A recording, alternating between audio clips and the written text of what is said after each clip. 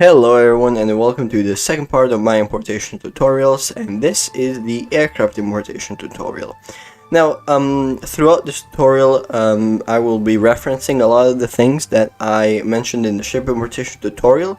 So, if you haven't watched it, I may ask you a few times throughout the tutorial to go watch certain parts of the ship importation tutorial, simply because in that tutorial I went over some of the more basic things about Lightwave and stuff like that. So without further ado, before I start, I will actually just go over some of the programs that we use, just like the ship importation tutorial.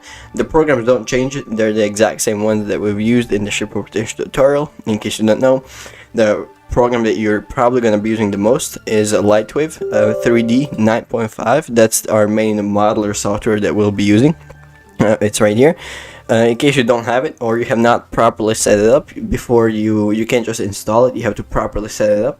If you haven't set it up already, go and watch the second section of the ship importation tutorial. It is the Lightwave and mmod exporter setup section of the ship importation tutorial. Go and watch that, and that will teach you how to set up your Lightwave properly for use.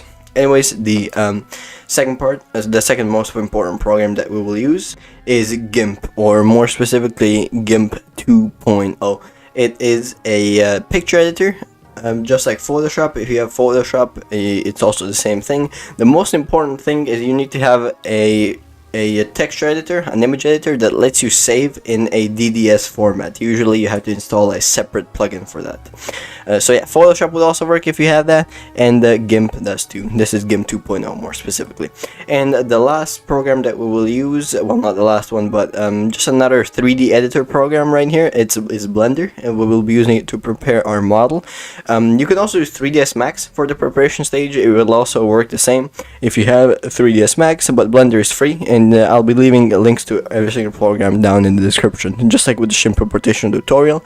And at the very end of the process, we will be using Notepad++, or I will be using Notepad++, you don't have to, just to add our unit into the actual game. So one huge preface to be aware of when you're about to import your first plane. Do not import planes that have more than 4 engines. BSP can only handle planes with up to 4 engines maximum. More than 4 engines and the plane will not work properly in BSP. So if you're planning to import something huge, then you should keep always that in mind. And those are all the programs. Again, if you don't have Lightwave set up yet, you should go watch the ship importation tutorial, the second part. Again, the Lightwave and mmod exporter setup part, that's the name of the section. And go set it up if you haven't already, because you're gonna need to set it up properly. And anyways, that's it for the introductions. Let's get straight into the first part of the tutorial. Alrighty, so welcome to the model preparation stage of the tutorial. In this stage, we will be preparing our model for import and making sure that everything is set up correctly. So, to start off, the model that I will be actually using in this tutorial is a model of the double engine twin engine P-38 Lightning. It's an American fighter, and this is the specific model I will use. It is once again just a random model I picked from Sketchfab. This one was made by Elijah. I hope I'm pronouncing that correctly. And remember, if you're importing something with a CC attribution, make sure you always credit the author. So yeah, this model is made by Elijah on Sketchfab. If you want to follow along with this specific plane for the tutorial, I will be leaving a link to it down in the description, so you can download it. Anyways, this is the model, the P-38. It's a very simple model, just for the process, just for me to be able to show you better in the process. Anyways, one of the first things that you should be looking at when importing a plane is you need to look at the format of your textures first. So let's go into the folder right here, and let's go into the textures folder. Let me just make sure that, yeah, okay. Let's go into your textures folder. So you can see right here, right off the bat, that just like with the ship importation tutorial, you need to make sure that all of your textures are in a DDS format. You can see right here that all of these textures are in a PNG format right here. You can see at the end of the file name it says .png. So the first step right here would be to convert all of these textures in a DDS format. Now this is where the image editing program comes in. So let me bring up my one. This is GIMP 2.0. Photoshop, as I said, also works. You just need to make sure that you have your DDS plugin installed. Anyways, let's open up all of these textures in GIMP. So let me just drag and drop real quick, and they should all start opening up. Now, before we start, if you watched the ship importation tutorial, you may notice something. It's that we do not have any specular or bump maps here. So in case you don't know what specular or bump maps are, in most video games out there, there's for any given model, there's really three type of textures that you will see. You have the normal color map, the color texture, which is, you know, all of these right here, just, you know, the basic color. And then you have specular and bump textures. Now let me really quickly bring up the ship that I used for the ship importation tutorial so you can see what they look like. So here's the Samidare. That's the ship I used during the ship importation tutorial. And let's go over the different types of the textures real quick. There's three main ones. So you have the normal color one, right, which is just a regular texture. And then you have a bump map. Now bump maps are usually purple. That's how you can recognize them. And they give the model the appearance that they have 3D bumps where they're normally flat, so they give the somewhat of an illusion of the three-dimensional bumps everywhere. That's what they usually call bump maps. Here they'll also go by the name normal maps. That's what they're sometimes called. A dead giveaway that you're looking at a normal or a bump map is that they're usually purple. Anyways, and the last texture type is a specular map. You can see mine is red right here. There can be a bunch of different colors. They're usually one single uniform color. However, they're a little bit harder to distinguish because they can be multiple colors. All those are is they give the model specular reflections, basically. So in a 3D environment, if you're looking at the model from the perspective of the sun or something like that, where the sun bounces off into the camera, you will be able to see reflections and details on the little metal, reflections, stuff like that. That's usually what specular maps are for. Now, you will notice that with the P38, we actually do not have any specular bump maps. That's not necessarily a problem, because in the BSP textures folder, as I will show you later, you have a universal specular bump map that you could reuse for every single texture. Now, of course, the model won't be as detailed. Probably the reflections won't be. It'll just be one flat reflections all across the plane. If you're okay with that, then you don't need to create your own specular or bump maps. But if you want a little bit more detail on your plane, you would probably want to create your own if you don't have them. Now, there are ways of creating your own bump maps and specular maps, most notably in some plugins for Photoshop. I know that Photoshop has a normal map and a specular map plugin. If you do a little bit of research on the internet, I'm sure you can find them very easily, and I'm sure they're quite easy to use. So if you want, you can create your own bump maps from these. Now, since this is just a tutorial, I won't be going over that here. I will just be using the universal bump maps and specular maps. But if you want a little bit more detail on your model, that may be something you want to do. Anyways, back to the color textures. So all you need to do essentially right here is just resave all of these textures in a DDS format. So if you're using GIMP, you would go File, and then you would go Save As, and then you would just change the file name right here to DDS. Let's see if it's save. Oh yeah, it's export. Sorry, not save. Export as. There we go. So you would go DDS, just change the extension right here, and then you would just click on export. Just like that. And you would also want mip maps. If it asks you to generate the mip maps, you would usually want to click yes. In case you don't know what mip maps are, they're essentially lower resolution versions of the textures embedded into the texture file itself. So if somebody is, for example, running the game on lower settings and you give them your model, if you generate these mip maps, they will if somebody is running your model on lower graphic settings, the game will automatically use that lower resolution texture. So yeah, that's something that you would normally want to do, and you would just click OK, and it will resave it, and it'll tell you down here image exported once it's done. And then you would simply go through all these textures. So export as, change the file name to DDS, export, click OK, and that's it. So now I'm going to go through the rest of these textures, exporting every single one of them.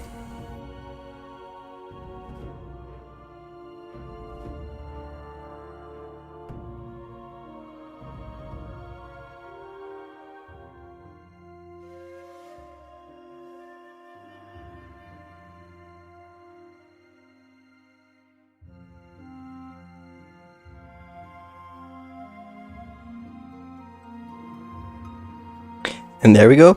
The last texture has been resaved. So now let's exit out of GIMP, and you can see now we have a bunch of DDS files in here. So you have the regular texture, and then you have the DDS one. So now what I usually do in order to keep everything organized, I usually take all the DDS textures, and I usually bring them into a separate folder. I usually make a folder called textures, and then textures dash high res, and then I bring all the DDS textures in here. And there you go. So now all of these are the properly saved DDS textures over here, every single one. Yeah, so this is what you want, and the next step is going to be to actually import your model into Blender. Alrighty, so this is Blender, a 3D modeling free software. I will of course leave a link to it down in the description. And what we're essentially going to be doing in Blender is that we're going to be reducing the model and optimizing it in this stage, and then in the next stage we will be doing we will be splitting the model up into different parts. So here's what we're gonna do. First of all, of course we need to import our 3D object model. Now preferably you want to have it in OBJ. That's the simplest format. However, any format over here should be able to work too. So since mine is in OBJ, I will click OBJ, and then I'm going to navigate to the model file real quick. So plain source, there it is, p38 OBJ, and there's our model right here. You know, as I said, we're not going to be moving it or anything like that. I will be simply showing you how to reduce the model right now. Now 3ds Max can also do this if you know how to use 3ds Max, if you have it, and if you know how to use it, but I'll be showing you how to do it in Blender right now since it's free. Anyways, the first thing that you're going to need to do is, so you can see you have a lot of different parts of the model right here. If you click on them, you will be able to see what they are. So you can see that's that part right here. You have all the little cockpit parts. Yeah, so you're not gonna be needing to export necessarily every single part right here, because you're gonna be unifying a lot of them. For example, all the cockpit parts are gonna go together and stuff like that. Anyways, so let's start with the top one. So here's what you're gonna do. Just follow. If you don't know anything about Blender, you just need to follow what I do. So click on this little wrench icon right here. First of all, select the first object you have up here. You just make sure that there's like a little green little gray square around your first object. You would click on that, and then you would click on this little wrench icon. Then you click on add modifier, and then you would select decimate right here. Now you're gonna click on first of all, you need to make sure that this button right here is checked, triangulate. So why do we check this button? If you click on the wireframe view right here, this will let you see the little wires all around the plane. So you can see that the model is built up from many so-called polygons. So you see each one of these squares right here is called a polygon, or they also call them faces. So basically there's a lot of these faces or polygons stuck together, and they all are stuck together to make one 3D model. Now the problem is the fact that the exporter plugin that we will use in Lightwave can't really handle polygons that have 4 angles or more. It can only handle 3 angled vertices. So vertices or polygons with only 3 angles. As a result, we need to make sure that we reduce every single one of these polygons on the planes to make sure that they all have a maximum of 3 angles, and that's what this button right here is going to do, triangulate. So right now we only have the aileron selected, right? And that's fine. For now, you just want to make sure you have one of them selected. Now this model right here is already pretty reduced. It's quite a low poly model, so the game is probably not going to have any problems running it. So I'm going to apply to the ratio right here. This is the ratio of how much you want to reduce your model by. So I'm going to keep this ratio pretty high. So you should probably do, I'll probably do something like 0.95. And when I click enter, you can see that on the aileron now, all of these polygons that were previously rectangles now got split up across, and now they're triangles. And this is precisely what you want, right? So now we need to apply that same modifier to every single one of the objects right here. So here's how you do that. So you're gonna hold left shift on your keyboard, and then you're going to scroll all the way down to the list, and then you're gonna click on the bottom on the bottommost one. Make sure you don't click on this triangle right here on the shape. Make sure you click on the name like that, so the gray square doesn't appear over here. So this is what you want. So now you have every single one selected, and make sure that the gray square is around the one that has the modifier right here, the wrench. And now you're gonna click Control L on your keyboard, and then you're gonna click on modifiers. And there you go. Now you can see the modifier got copied to every single mesh in your list over here. So now if you take a look at your actual model closer up, you can see that the squares all now got split up across, and now they're all triangles. And there you go. This is precisely what you want. And this of course should not mess up the UVs. So UVs are basically texture coordinates. If you have a model that has textures like that, it probably has UVs too. So this should not mess up the UVs and the ones that we use in Blender right here. Anyways, and by the way, you can delete all these objects here. This is the camera and this is the light. You can delete these. You don't need these. And a really quick way to check if your textures were not messed up, which can sometimes happen if you're reduced by a really big number, a really big ratio, you need to go and make sure that your textures are applied properly. So if you click right here onto this, onto any of these two viewport displays right here, if you have this one, the textures won't be displayed, but if you click this one, you will be able to see your textures. And if you see that your textures are a little messed up in some places, you need to make sure that this number is a bit higher, because again, if you reduce by too much, some of these UV maps or texture coordinates on the model may get messed up. Okay, and now that your model is all split up and ready to go, we are going to go into the next part of the tutorial, which is the splitting. Alrighty, so now that you have your model all nice and split up, reduced, and you made sure that all your textures and UV coordinates are still applied properly, the next step of the process, and the first official step of the importation process, is called splitting. Essentially what you need to do is you need to split up your plane into different parts that are going to function differently or are going to be animated differently. So the ailerons, the elevators, the rudders, the propellers, the landing gears, the cockpit, stuff like that, right? So this can get pretty complicated, especially if you have a plane with a lot of different parts to it. So if you have a lot of different flaps, gears, something like that.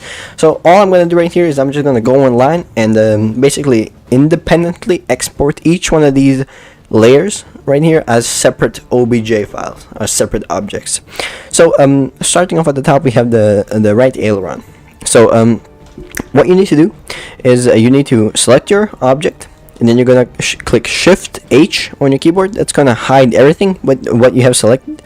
And then you're gonna go to File, Export. You're gonna click on OBJ, and then you're gonna make sure that this button right here is checked, Selection Only. That's gonna export only the selected part you have right now. If you uncheck this, it's gonna export the entire plane.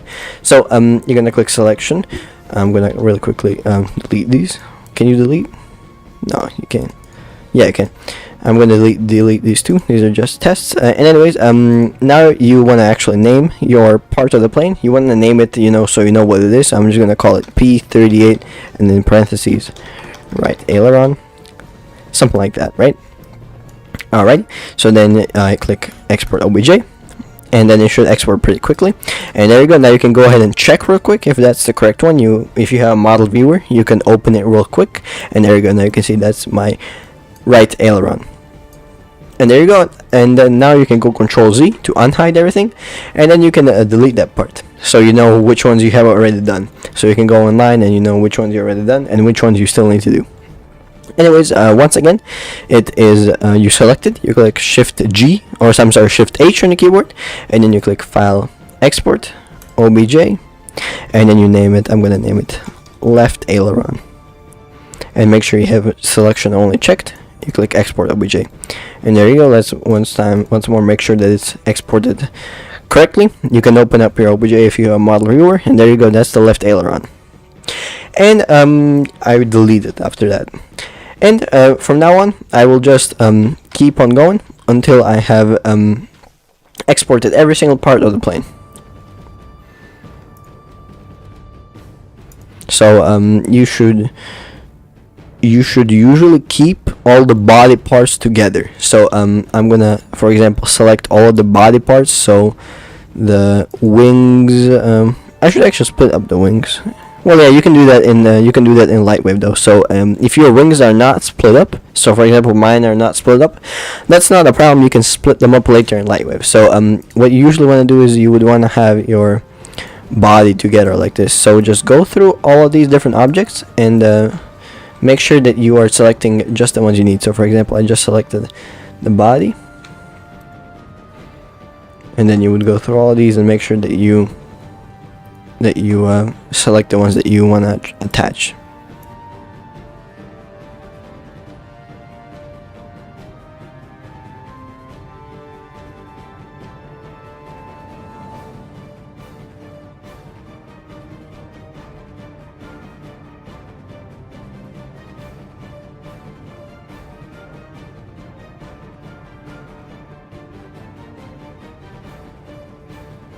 Alrighty, so for example right here, I have selected every single part of what I think is the body. So of course you can be sure, especially if this is the first time you're importing, so expect to make mistakes. So I'm just gonna take this as my body. So you can see that I've isolated the cockpit. Inside the cockpit you're gonna import as a separate object. Of course I have taken out the elevator in the back, the rudder, and the different parts of the plane, although I think I missed this part right here.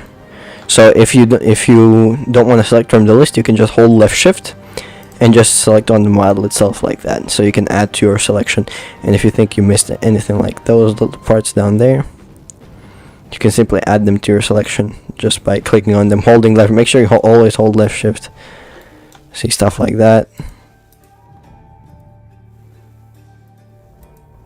There we go. Alright, and if you think you selected everything, you click Shift and H, just like that, and there you go. Now you have your body. The next part is once you hidden everything except from that, you're of course going to once again go export obj, and then I'm just gonna call this P38 body. Again, make sure you have selection only, export obj. There you go, and then you're gonna unhide everything, and then I'm gonna delete it, just so I know what I have left. So it looks like I was pretty correct. Looks like I left nothing except for the body. So yep, I did a pretty good job there. And once again, you can go ahead real quick and make sure you have your body object exported correctly, and there you go. That is your body. Looking good so far. Anyways, I'm gonna continue selecting all the different parts.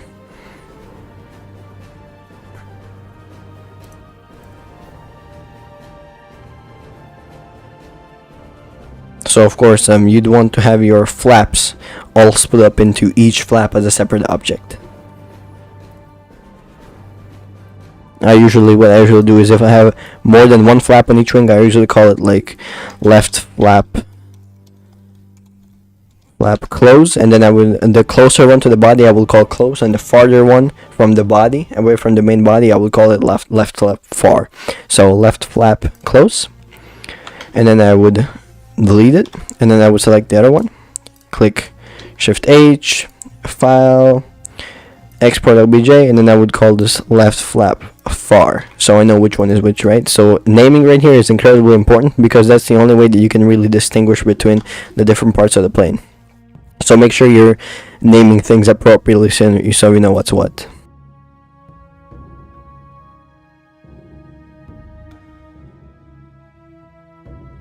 So if you have two different elevators at the back, you would usually want to split them up and export them as elevator right and elevator left. But since I only have one elevator over here, I will just export that one elevator as a separate object, right? So one quick trick that I just figured out, as I said, I'm a big newbie with Blender. I usually just use Lightwave, but when you don't actually need to hide everything. I just figured it out. So if you click on the object, you go export just OBJ, and if you have selection checked, it'll actually just export that one file and that one object that you had, regardless of if you have everything else visible. I actually did not know that. As I said, I'm learning things as well over here. I'm new to Blender, and there you go. I did not even know that. Yeah, so that's something that you guys should probably find useful.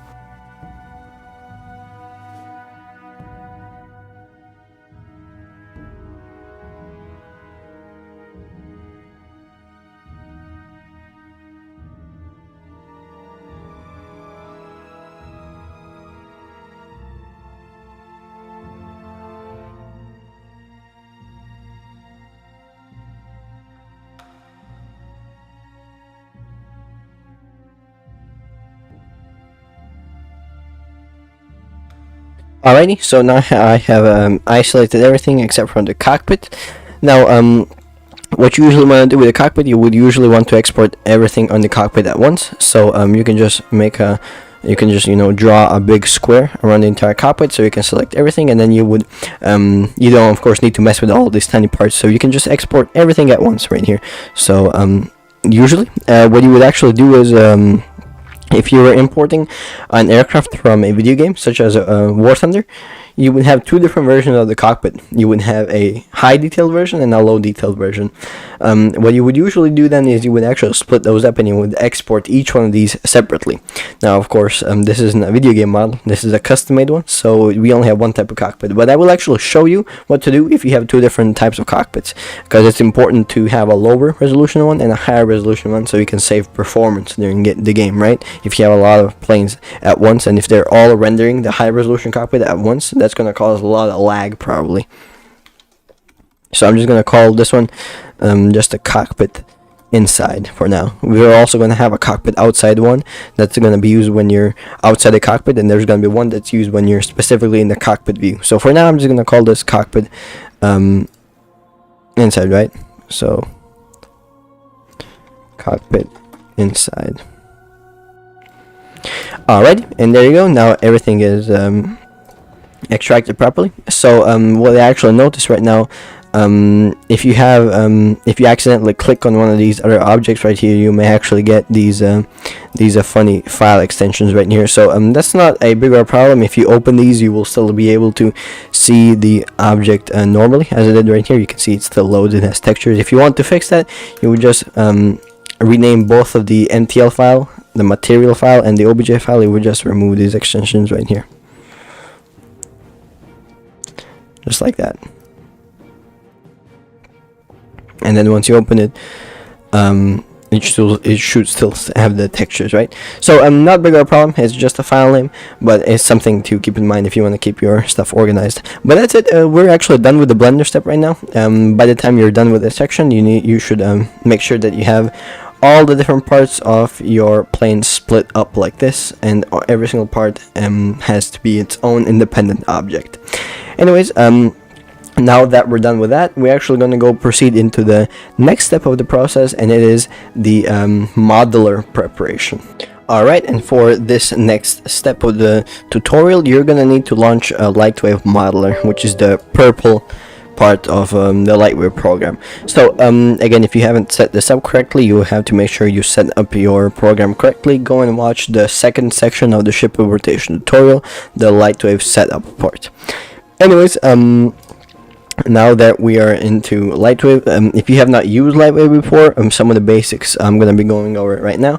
So first of all, you have these 4 windows right here. Each one of these windows is called a viewport. It shows your model from a different perspective, basically. That's all these windows are. So in the top left of each viewport, you have you can see the perspective. You have left perspective is the one in which you can move yourself. You have top, and then you have front. In the top right of each viewport, you have your movement controls. You click on each one of these viewports to move around in. So you have your movement, you click and hold. You have your movement, you have your rotation, and you have your zoom. If you move into any one of these viewports, it'll move you in all 4 at the same time. So if you move here, you can see it's moving me in all the other ones. And there you go. That's some of the basics of movement. I will be going over the different selection modes. Basically, make sure every single time you boot up Lightwave Modeler, make sure at the bottom right here you always click on polygons over here. If it's points, make sure it always says polygons. These are different selection modes, basically different ways you can select parts of your model. 99.999% of the time you're going to be in polygons. The only time you're going to select points is with the ship importation, and you're never going to select edges. That's just how it is. It's always better if you work in polygons. So every time you boot up Lightwave Modeler, make sure you click on polygons down here. Alright, I'm assuming you guys already know what these two are because you watched the section of the ship importation tutorial. Anyways, what you're gonna go, first thing that you're gonna go do is load in all of your objects that you have split up, right? So click on File and then Load Object, and then you're of course going to navigate to the exported files that you have.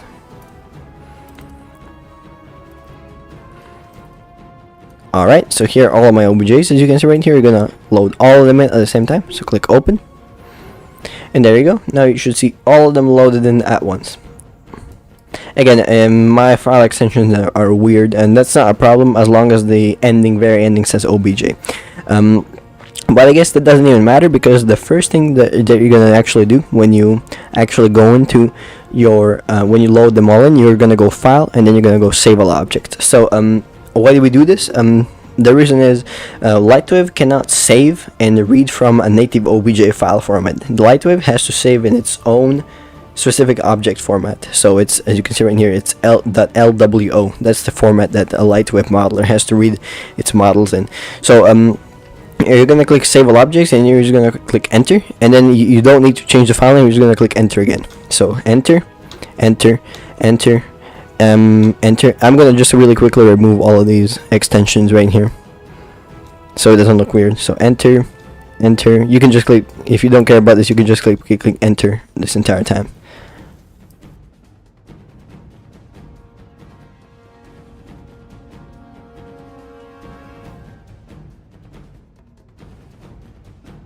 And there you go. Let me just really quickly make sure I resave that properly. The last one, because it wasn't saved properly. I'm just removing the file name so it doesn't look weird. And there you go. Now by the time you're done, every single file right here should have its own LWO object. So you can see you have these purple files all over the place. This is exactly what you want. So every single time, if you close all of these in, and every single time you want to reload this object, you're going to reload the purple ones, right? So you're going to click up here, and then you click .lwo, so it only shows you these files, and you're going to load these in. Don't load in the OBJs. Alright, so now every time you go file save all objects, it's going to automatically save them. It won't ask you to click enter again. So the first things first, if you haven't watched the ship importation tutorial, a little bit of a preface about Lightwave. And this is an old version of Lightwave. It is 9.5, and especially we're running the 32-bit version. And since most of you probably have 64-bit computers, that means that this program is going to be very unstable usually for most people, and it's gonna crash a lot since it's an old program. Of course, there's nothing you can do there. So make sure you save often and save a lot, especially if you're working with large and heavy models. So very often click on file save all objects, file save all objects. Get used to doing that a lot if you don't want to lose a lot of work because it crashes, something like that. I had that happen many times, and it's extremely frustrating. So make sure you save a lot. Anyways, first things first, what you're going to want to do is we're actually going to prepare our model. We're going to rotate it and make sure that it's scaled properly, right? Anyways, now we have all of these objects open right here, right? So in case you're not familiar with how Lightwave works, you can have multiple objects open, and each one of these objects, if you expand them right here, can have multiple layers inside of it. This is a little bit more important in the ship importation process. In planes, it's not that important, but it's still gonna be pretty. It's still good to know. Anyways, you can select multiple objects at once. You need to expand them, and then click left shift, and then click on these little dashes right here, and see now you can have multiple objects open at the same time. Make sure you always expand them though. So first things first, you want to select everything, right? You want to make sure that you select every single one of these objects right here, because you're going to be moving all of them at the same time, right? And there you go. Now you have every single object selected, and you can see your entire plane. By the way, a good way to verify that you actually managed to reduce all your vertices correctly, in the polygon statistics window, you can actually see how many 3-angled vertices you have and how many 4-angled or more you have. So there's only one 4-angled vertice, and let's see what that is. I believe it looks like a cockpit gauge that didn't get properly reduced. Yeah, it's just a cockpit gauge. Well, that doesn't really matter too much. That one should be alright. If it causes problems, we can just delete it.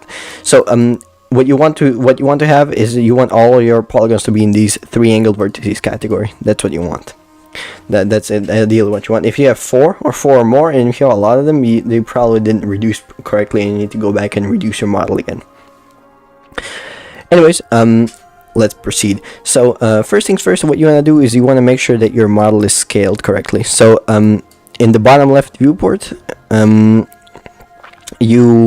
or any viewport that has the side profile of the plane, if you hover over the mouse as you're moving your mouse across a viewport, right here in the bottom left you will be able to see your position of the mouse. So mine is in metric. If you don't want to use the metric, you can go into the Lightwave settings and switch it to imperial or whatever other measurement system you want to use. I just use metric because it's simple, so you can see the current position of the cursor that I have in the bottom left, the position. So what you want to do next is you want to bring up your preferred internet browser, and you want to search up the specific plane model you're importing. So mine is the P-38 Lightning. There it is. So then you would somewhere you would try to find the length of your aircraft. So this is going to be a bit tricky, of course. And there we go.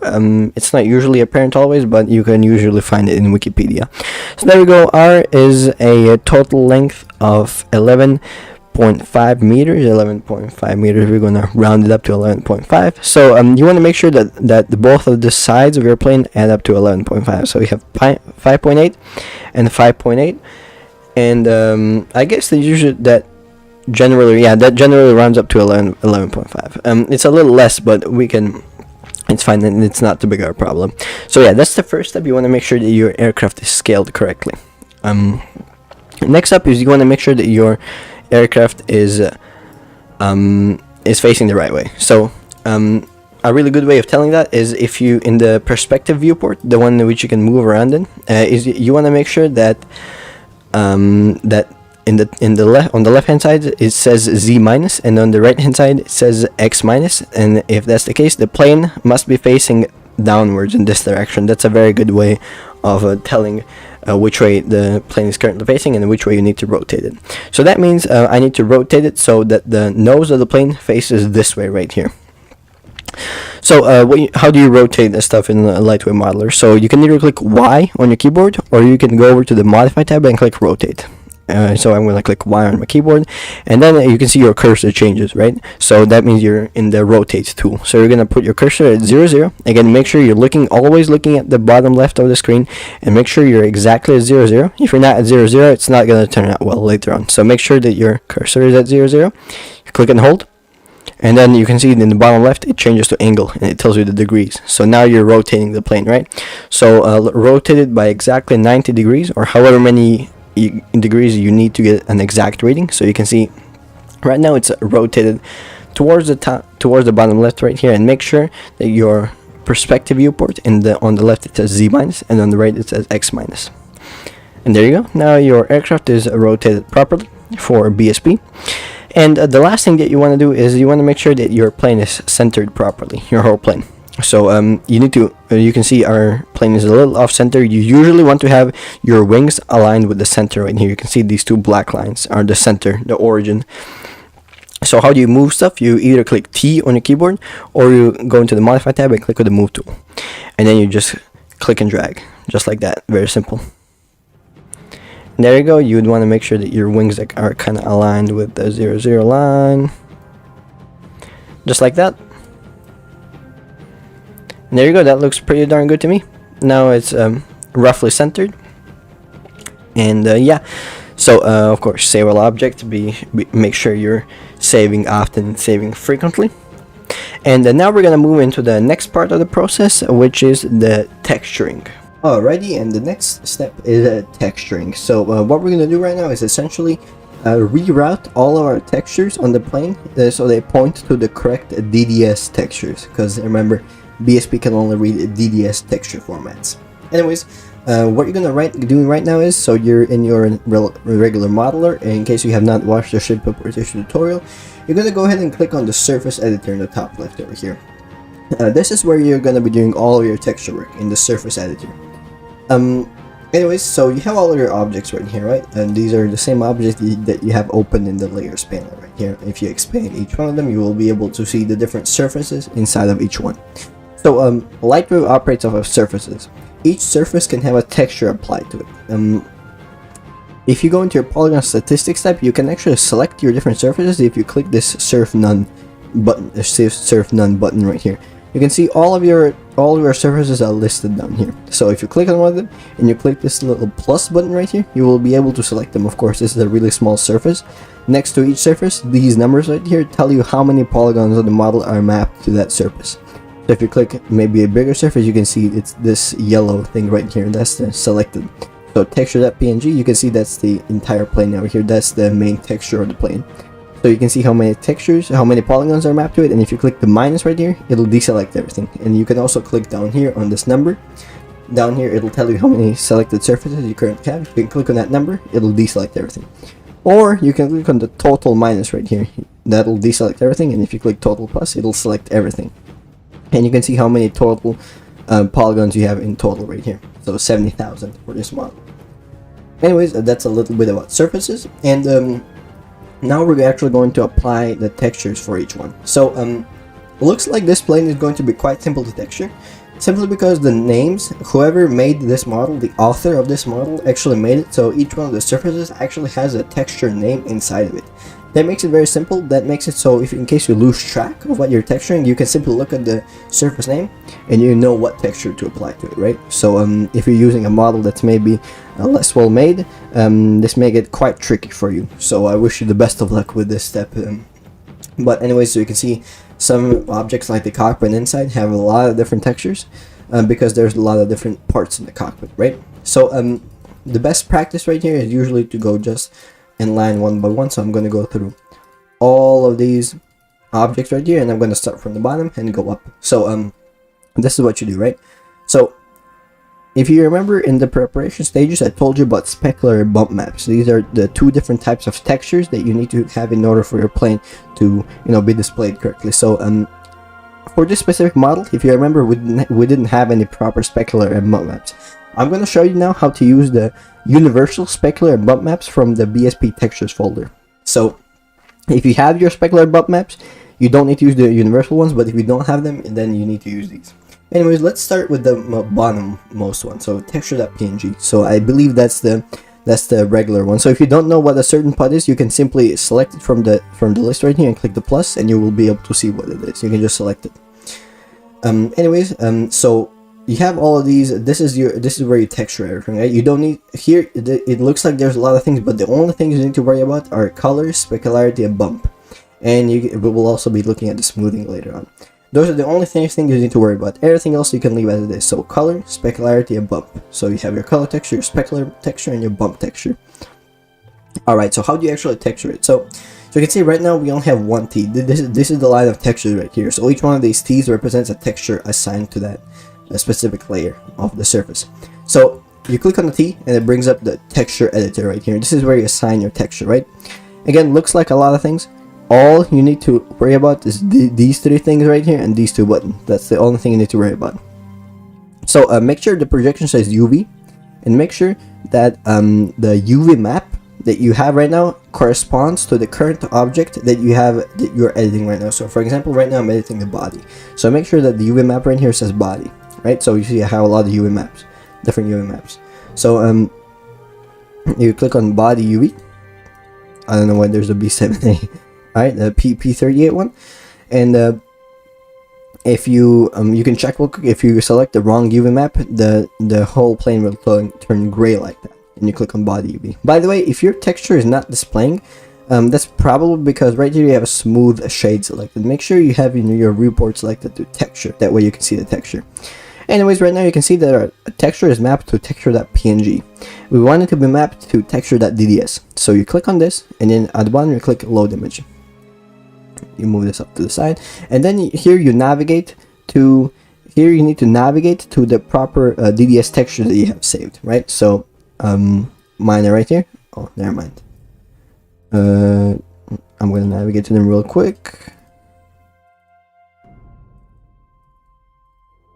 There we go. The textures high-res folder, and now all you need to do is just find the texture that you need to map to. So texture.dds, that's the one you selected right here. You can see it right here, make sure it's the same one. And there you go. Now this says texture.dds, and you can just click use texture, and that's it. Now you have that one white T. If you click on it, you can see it has texture.dds. Now, how do we apply the specular bump maps? Now, if you have your specular bump maps, what you would just do is click T, click UV, and then click the correct UV map. In this case, it's the body, and then you would just go load image, and then you will load your specular image, right? But if you don't have them, here's what you do. You go into your BSB folder from the Team Wolfpack mod, of course, and then you, in the textures folder, you go in models textures, and then you would search in spec.dds, and then you would open it, and it's just one texture, that kind of brown like that. That's all you do. You click use texture. Same thing with the UV map, yeah, and with the bump map, you click UV, body, load image, and then you would search for bump.dds and open it, and it's kind of like a purple map like this. And there you go. That's all you do. So by the time you're done texturing a surface, you need to make sure you have only 3 white tees, no more, no less. If you have another white tee, let's say you accidentally clicked on another one like that, you need to hold left shift and click deselect, or you could simply click remove texture. That'll also work. So make sure you only have 3 white tees for every single surface: color, specularity, and bump. So again, 3 white tees, color, specularity, and bump. So now you're going to go through the rest of your surfaces and texture them correctly. So one useful thing, if you have PNG textures, you can take a look at the texture image right here, and then you go into your load image, and then you would go into your textures folder once again. And there you go. Now all you need to do is just find the same texture name. If you keep the same texture name, magnetos.dds, and there you go. That's your DDS one. Boom, just like that. Then once again, you would go into your specular, and then you would choose your correct UV map. And then one good thing about LiveWave is once you already loaded a texture, you don't need to go load image again. It'll show up in this list right here. So just like spec.dds, and then UV, body, bump.dds. Again, you can just select it from the list right here if you already use a texture. So you don't need to click load image. And then once again, we go over here, we click load image, and then this is alt, so ALT, just like that. Specularity, UV, body, spec.dds. Whoops, select the wrong one. Spec.dds, UV, body, bump.dds. Just like that. And now you see all these 3 surfaces have only 3 white tees. Anyways, now I'm about to go through the rest of these textures, make sure that they all have the appropriate naming. And one real quick trick before I do that though, so if you have glass in your plane, and you will often have little glass, so for example this glass right here, transparent, just like that, you can see that's the glass. Here's what you do. So there's a surface, right? For glass you do something different. So for glass, you make sure that you have no textures at all. So if you have any white tees, you hold left shift and you click on it, make sure it has no textures. For now, that's all you're gonna do with glass. Later on, when, at the final part of the texturing process, texturing part, we're gonna go back through renaming everything, and you're gonna make sure you have everything set up correctly. Yeah, but for now, make sure that every single surface that has glass has no textures assigned to it. Anyways, I'm gonna go through the rest of these surfaces right here, and I'm gonna make sure that they all have textures assigned to them. And one quick trick before I continue, if you know you're going to be using the same textures over and over again, so let's say you're going to be using the same specular map for all of these textures, there's a little trick you can do to make things faster. You can hold left shift and select all of these surfaces at once, go into your specular map, click UV, and you can do this for every single one. So you can actually don't do UV if you want. You can choose front, and then you can go spec.dds, and then bump, front, bump.dds.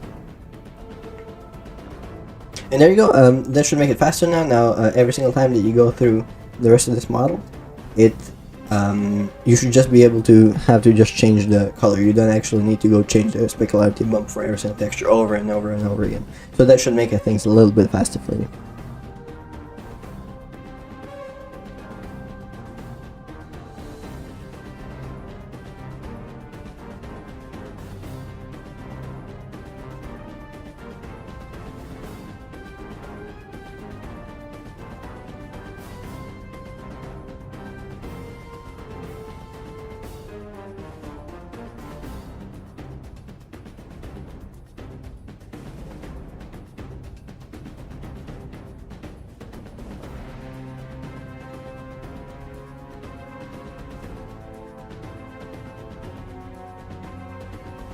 So what you can actually do from time to time is you can actually zoom into the different parts of the plane to make sure you're texturing everything correctly. So for example, let me zoom into the cockpit real quick just to make sure that all the gauges are textured correctly.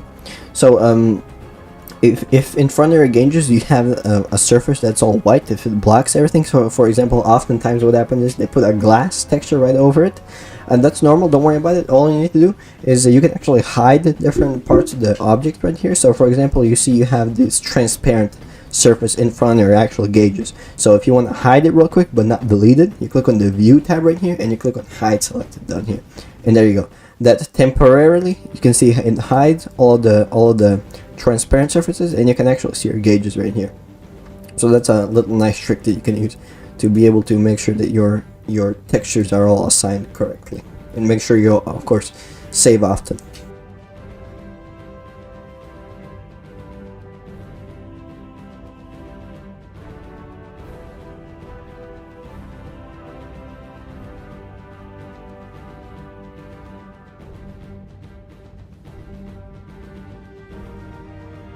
Right, and I just finished texturing everything. So just one more time to make sure.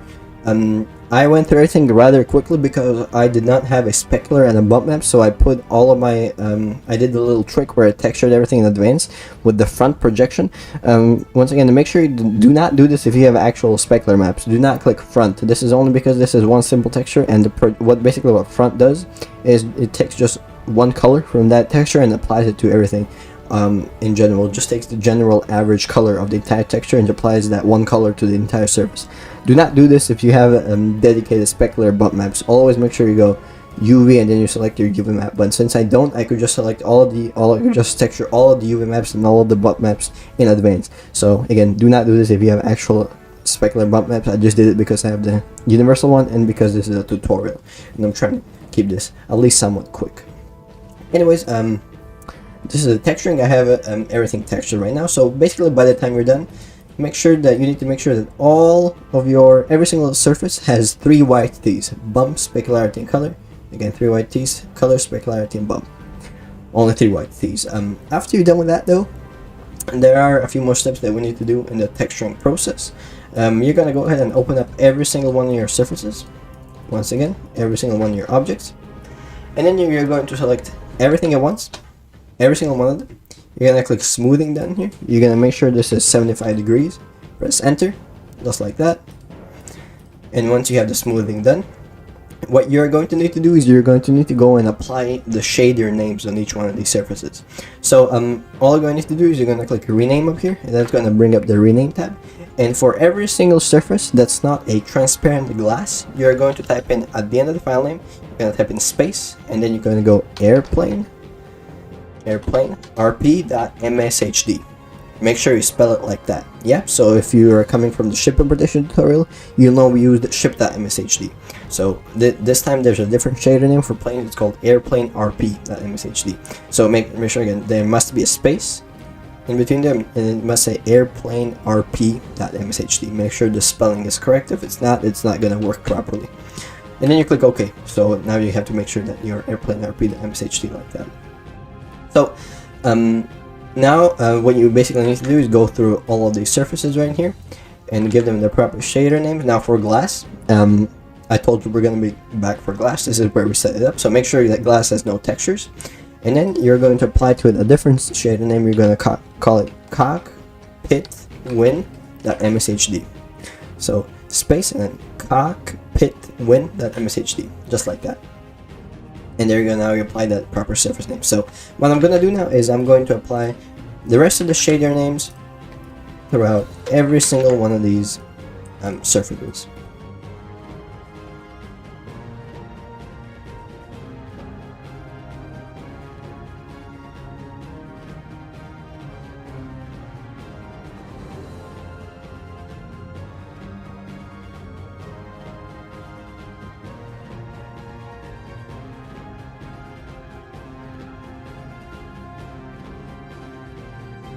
There we go. Now I've textured every single one of these surfaces appropriately. So again, make sure that every single airplane rp.mshd has 3 white tees. Again, color, specularity, and bump. And yeah, so that's pretty much it for for the texturing part. So now you have your entire plane textured with the proper DDS textures. Alrighty, so continuing on with the importation process, the next step is the SDC step. So if you're coming over from the ship importation tutorial, you probably already know what this is, but in case you don't, SDC stands for slot damage collision. It is where we are going to be creating the hitbox for our aircraft and basically adding a bunch of different coordinate positions on our model. It's for like effects for the different weapons, stuff like that. Basically all the coordinates in that the model needs in order to function properly in game. Alright, so first things first, you are going to be going into your universal folder that you have downloaded alongside the importation pack, and you're going to be going into the plane section, and you're going to here find a folder called SDCs. You have a bunch of different template SDCs over here. You need to take one of these. It doesn't really matter which one you take, because you can always copy and create new SDC slots, but for simplicity's sake I included a bunch of different ones for a single engine plane, a twin engine, 4 engine, and a jet.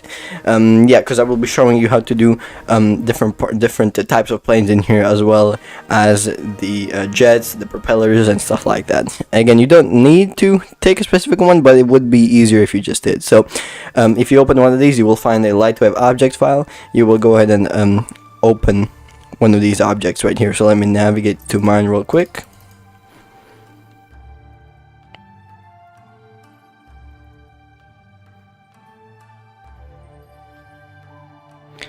Alright, here we are. I'm going to take the 2-engine one, since the P-38 Lightning is a 2-engine fighter, and all you're gonna do is you're actually gonna copy this sample one, and you're going to go into the folder which you have all of your lightwave objects and the OBJs, and you're gonna go paste it in here, and I'm gonna name it in the same naming conventions that I did with the rest of my objects, so P-38 SDC. And once you have renamed it and it's in the same folder, you can double click to open it in here. So at first all you will see is a bunch of triangles, right? So if you don't know what these are basically different coordinates. All these are 3D coordinates in a 3D space, and each one of these is a different coordinate for different things, for different functions on the plane, basically. So for every single one of these triangles, the coordinate is always located in the right angle of the triangle. So right here. For example, for this green one, it's going to be right here for this one, right here for this one. So it's on the 90-degree right angle of the triangle. That's where the actual coordinate is located. Anyways, if you open up the object, you can see we only have one layer slot. You're actually going to need to create 2 more layers. If you don't know how to rename layers, just double click on one, and I'm going to name this damage, and then click OK. And this one you're going to call collider. That's going to be our damage and our damage hitbox and our collider hitbox. So first things first, we're going to be creating the hitbox before we start messing with the triangles. So you're going to go ahead and open up the body, the elevators, not necessarily the gears, but all of the parts that are visible on the outside very well. So the ailerons, the gear doors, the flaps, the 2 gear doors. You don't need the propellers. You don't do the propellers, ailerons, rudders, the flaps, more gear doors, and the rudder. Again, don't do the propeller. You don't need those. And I'm actually gonna put the hitbox, put the cockpit in as well. What you would normally do is, if you had 2 different cockpits in here, what you would do is you would take the low resolution cockpit if you have 2 versions of the cockpit, but I only have one, so I'm just gonna choose this one. Anyways, now that you have that selected, you're gonna hit Control C on your keyboard, and then you're going to go into damage. You're going to paste it, all of these different layers inside here. Of course, the textures are all messed up, but it doesn't matter. The hitbox will not have textures. First thing you're gonna do is you're gonna select everything. So click Total Plus, just like that. So everything is selected. You're gonna go over to the Construct tab in the top left, and you're going to click on Reduce Polys Plus. This is a tool that lets you reduce your model even more. We already reduced our model in Blender, but we are going to be reducing it even more, because remember, this is a hitbox, and hitboxes don't need to be accurate. They're not going to be visible to the player in game. They're just for hit registration, and you want them to be as reduced as possible, so the game doesn't have to do as many calculations at once, because if you have a lot of these models running at once, the game engine is going to be doing a lot of different calculations, and it's going to run the risk of crashing if you have too many. So preferably you want to have this as reduced as possible. Over here you can see your vertices number. You want to have this number as low as possible. So I usually do something like 0.01. This is your reduction ratio, just like it was in Blender. And I usually click OK, and I take a look at how it looks. And there you go. So now you can see the model is all mangled and stuff like that. That's completely normal. This is exactly what you want. In fact, it doesn't have to be detailed at all. It can look like this. Of course, the model is all mangled, but that doesn't matter. This is pretty good for a hitbox. So you can see we went from 6,000 or 60,000, sorry, all the way down to 600. That's precisely what you want. There you go. Now this is your hitbox, and now we're going to be doing some cutting. So go over to the multiply tab and click on knife, the knife tool down there. This tool will let you cut different parts of the plane. So first of all, what you're going to want to do is cut your wings. So you're going to be cutting off your left wing, so just click and drag until you have this line, and then click enter on your keyboard, just like that. And now you can see there's a cut over here. And you're going to be cutting off your left and your right wing, and you're also going to be cutting your engines off, just like that. Oops, click the wrong button. Knife, just like that. And then you're going to be holding right click and drawing a circle around this area right here. This will make you select everything that's inside this area right here. So you can either, there's two methods of selecting in Lightwave. You can either click, hold the leftmost button and click and drag like that. That'll let you select it. But a more accurate method I found is if you click and hold the rightmost button, you can draw a circle around anything you want to select, and there you go. Now it's selected everything inside. You can see again how many polygons you have selected down here. You're going to go ahead and click I on your keyboard, and this brings up the polygon info window. You're going to click edit all, and now you're basically, what you're doing is renaming the surface. So the hitboxes have to have specific surface names in order to be recognized by BSP. So you're going to be naming this at L wing, because that's the left wing. So at L wing, then a space, then you're going to type in armor index, all one word, and then equal sign 3. At left wing, armor index equals 3. Then you're going to click OK. Now you can see the color changed. This is exactly what you want. Now you're going to go ahead and click on the view tab and click on hide selected. So it will temporarily hide this object right here, because we're going to go rename something else. Again, do the same thing for the right wing. So draw a circle, click I on your keyboard, click edit all, and then you're going to name this at R wing armor index equals 3, just like that, and then hide that one as well. And then you're going to be selecting both their engines. So let's say you select one, then how do you select the other one? If you just click and drag it like this, it won't select it. You need to hold left shift. If you don't hold left shift, it won't add it to your selection. So hold left shift and do it like that. Click I, and you're going to name this at engine armor index equals 1. So remember, not 3, 1. At engine armor index equals 1. Make sure you double check your spelling. Always double check your spelling, because otherwise it won't work. Click OK and then hide it. And now for the whole rest of the plane, it's just going to be one surface name. You're going to click total plus to select everything. Click I, edit all, and you're going to name it at fuselage armor index equals 2. I just misspelled it. Fuselage. Again, always make sure you're spelling everything correctly. Fuselage armor index equals 2. There you go. Now you renamed that, and now you can go ahead and unhide everything. And what I usually like to do is I like to go into the surface editor, and then I scroll all the way down till I see these hitbox names right here, and then I click on this color right here, and then I pick a color so I can be able to distinguish between them. So the engine one I usually do orange, fuselage is usually green, and both of the wings are usually blue for me. There you go. Now you can see, I can see the different parts of the hitbox, and I will be able to distinguish between the different parts. That's it for the hitbox. We also need to do the collider. So you're gonna select your hitbox, complete the hitbox. You're gonna click Control C to copy, and you're gonna paste it into the collider. You're gonna go ahead and click total plus, click I on your keyboard to select everything, and we are going to be renaming everything in here to a single name, and it's going to be, if you're coming from the ship implementation tutorial, you probably already know, it's hashtag UTKOZO, and then another hashtag Utkozo. Utkozo is Hungarian for collider, I believe. Click OK. And now I'm also going to change the color of the collider just so I can distinguish easily. I usually do this color right here, the pink. And there you go, that's your collider right here. And that's gonna that's going to make the game recognize that when you crash into another plane, it'll make the plane explode and stuff like that. Again, remember, oftentimes go to File, Save All Objects, so you can keep saving often so you don't lose your progress. And there you go, that's the hitboxes and the collider. Next up, we are going to be moving on to the slot section. Here you're going to be doing a lot of precise movement, so prepare for zooming in a lot and making sure everything is quite accurate.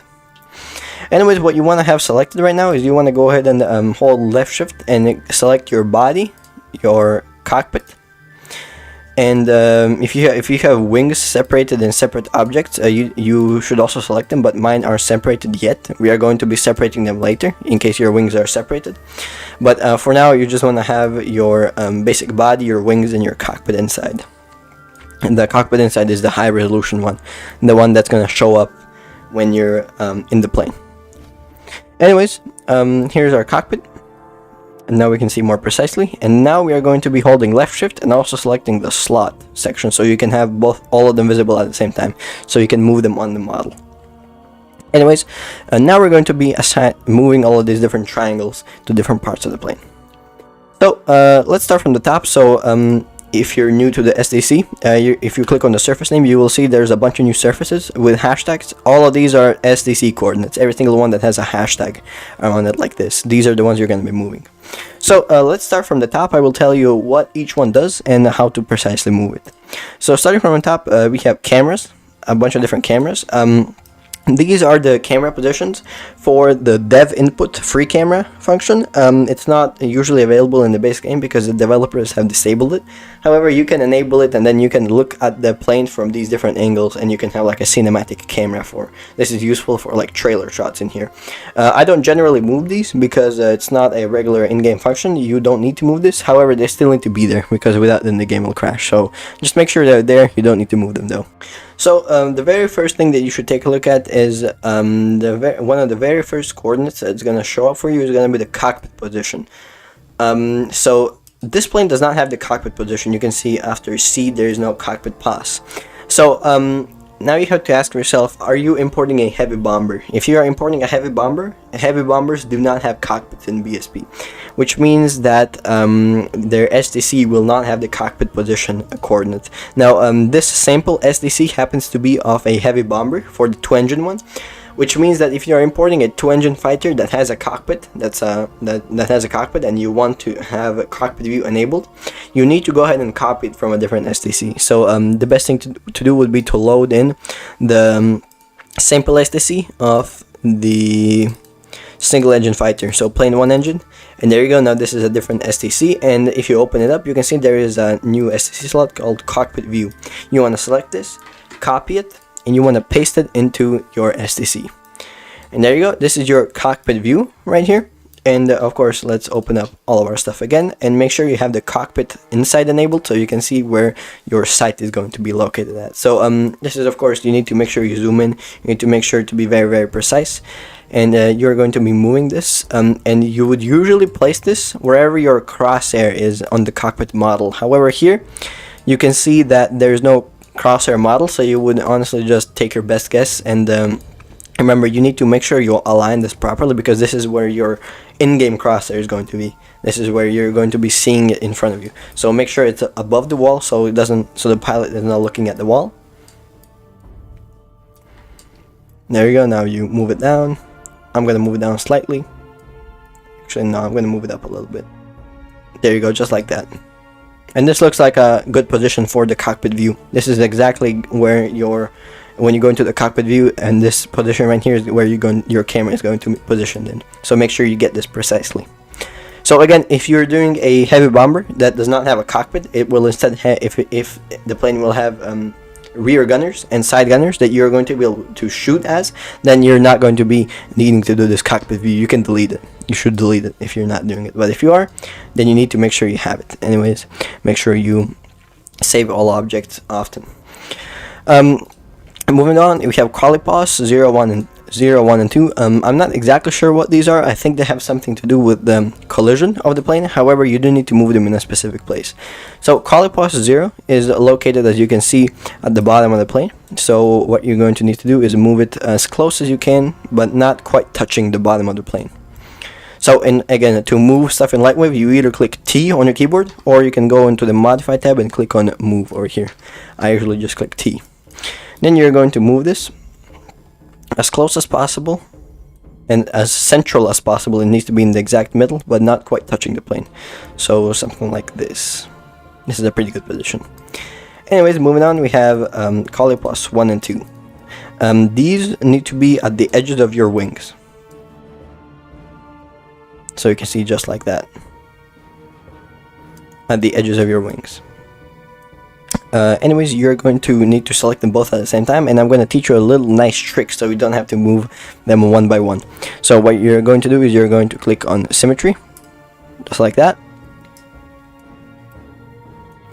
Okay, once you have clicked Symmetry, make sure they're both selected. So what Symmetry is going to do, it's going to allow you to move them both at the same time symmetrically. So let me show you what I mean by that. So if you click T, go into the Move tool, and if you start moving them, you will notice that they will either move closer together or farther apart, just like that. This is exactly what you want, so you can knock out 2 birds with 1 stone. So again, this is when you're going to need to zoom in really precisely. So you're going to need to zoom in on the edge of the wing, just like that, and you're going to make sure that the right angle coordinate of the STC aligns with the very edge of the wing. Again, you should zoom in as much as possible. There we go, and this looks pretty nicely aligned. If we zoom out, we can see that both of the triangles are now properly aligned. Just like that. Anyways, make sure you turn off Symmetry after that, because if you start moving single things in Symmetry, it's gonna mess you up. So make sure you have Symmetry off if you're not moving 2 things at the same time. Alright, so now we have engine fire 1 and 0. If you're importing a single engine aircraft or 4 engine aircraft, or any different number than what I am right now, you are going to have a different number of engine fires, right? So it starts off at 0, and then it moves 1, 2, 3, 4, 5, and so on. You can only have a maximum of 4 engines in BSP. If you're importing anything more than 4 engines, it's not going to work properly. So make sure you only import aircraft that have 4 engines. Anyways, you're going to go ahead and click on Symmetry.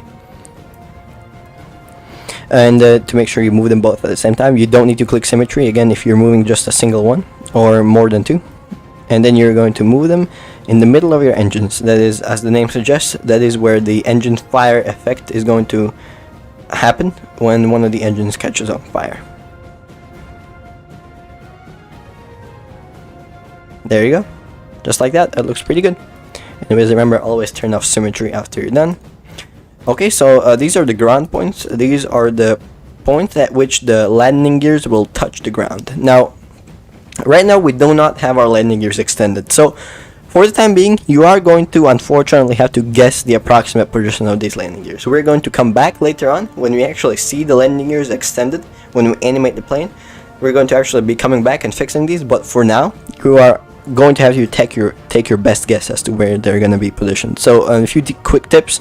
I know that my landing gears are going to be situated over here, so I'm going to move them somewhere in the middle like this, and I'm going to, I think, move them a little bit closer. Again, I'm just having to guess pretty much.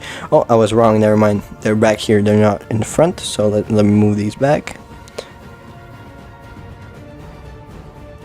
There we go.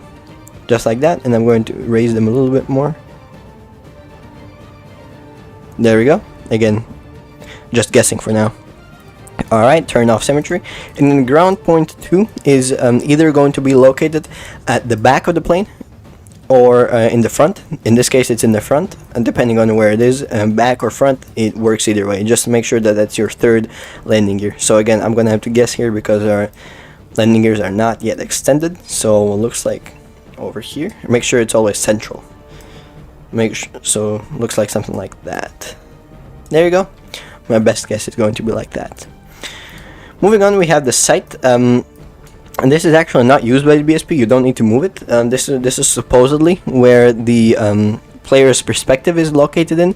Again, it is not really used by BSP. The camera position works differently, and I will show you how it actually works once we get into the final stage of the importation process, when we actually put the plane into the game. But you don't need to move this. It has no use in here. It has to be there. Don't delete it, but you don't need to move it. Anyways, so the slots, this is perhaps the most important part of the whole thing. This is where you are going to be moving your weapon slots. These are your weapon slots. Anyways, so this is your slot number 1, right? You're going to be moving these where your guns are. So slot 1, we have 4 guns over here, you can see, so it's going to take up 4 slots, 4 machine guns. And all you need to do basically here is you need to move all of these triangles very, very precisely and very, very closely to as close as possible to the position of the machine gun. So it's usually useful to look at different angles more than once, so you can get the perfect central position.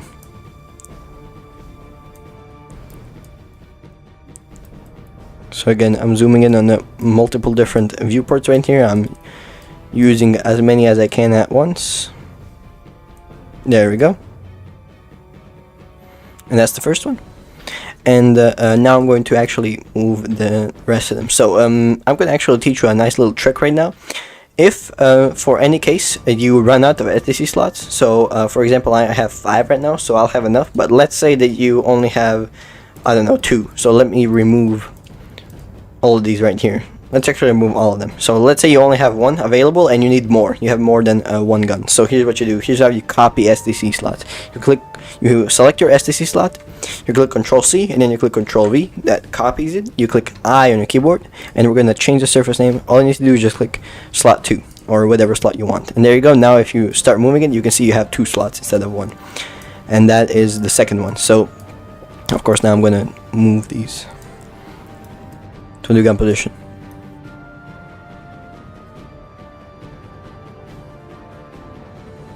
Alright, and once again, just to make sure you know, I click Control C, Control V, I, edit all, slot number 3. And that's how you easily copy STC slots, so you have more than 1. Anyways, I'm going to go through the rest of these weapon slots.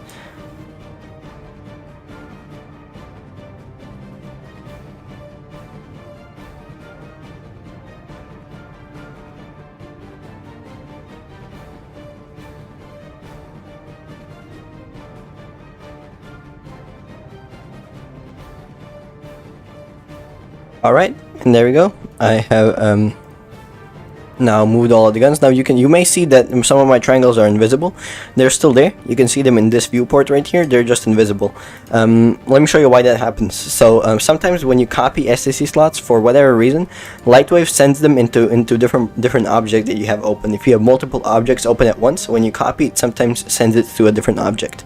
So for example, like we copied it from the STC, but for some reason you can see they ended up in the cockpit inside. So every so often, make sure you go and check into these different objects that you have open, all of them, and make sure that none of the STC slots got copied into the other ones. If they did, just select them, and then click Control X on your keyboard to cut them, and then go back and click Control V into the slot STC. Now you can see they're all back over here, the green ones.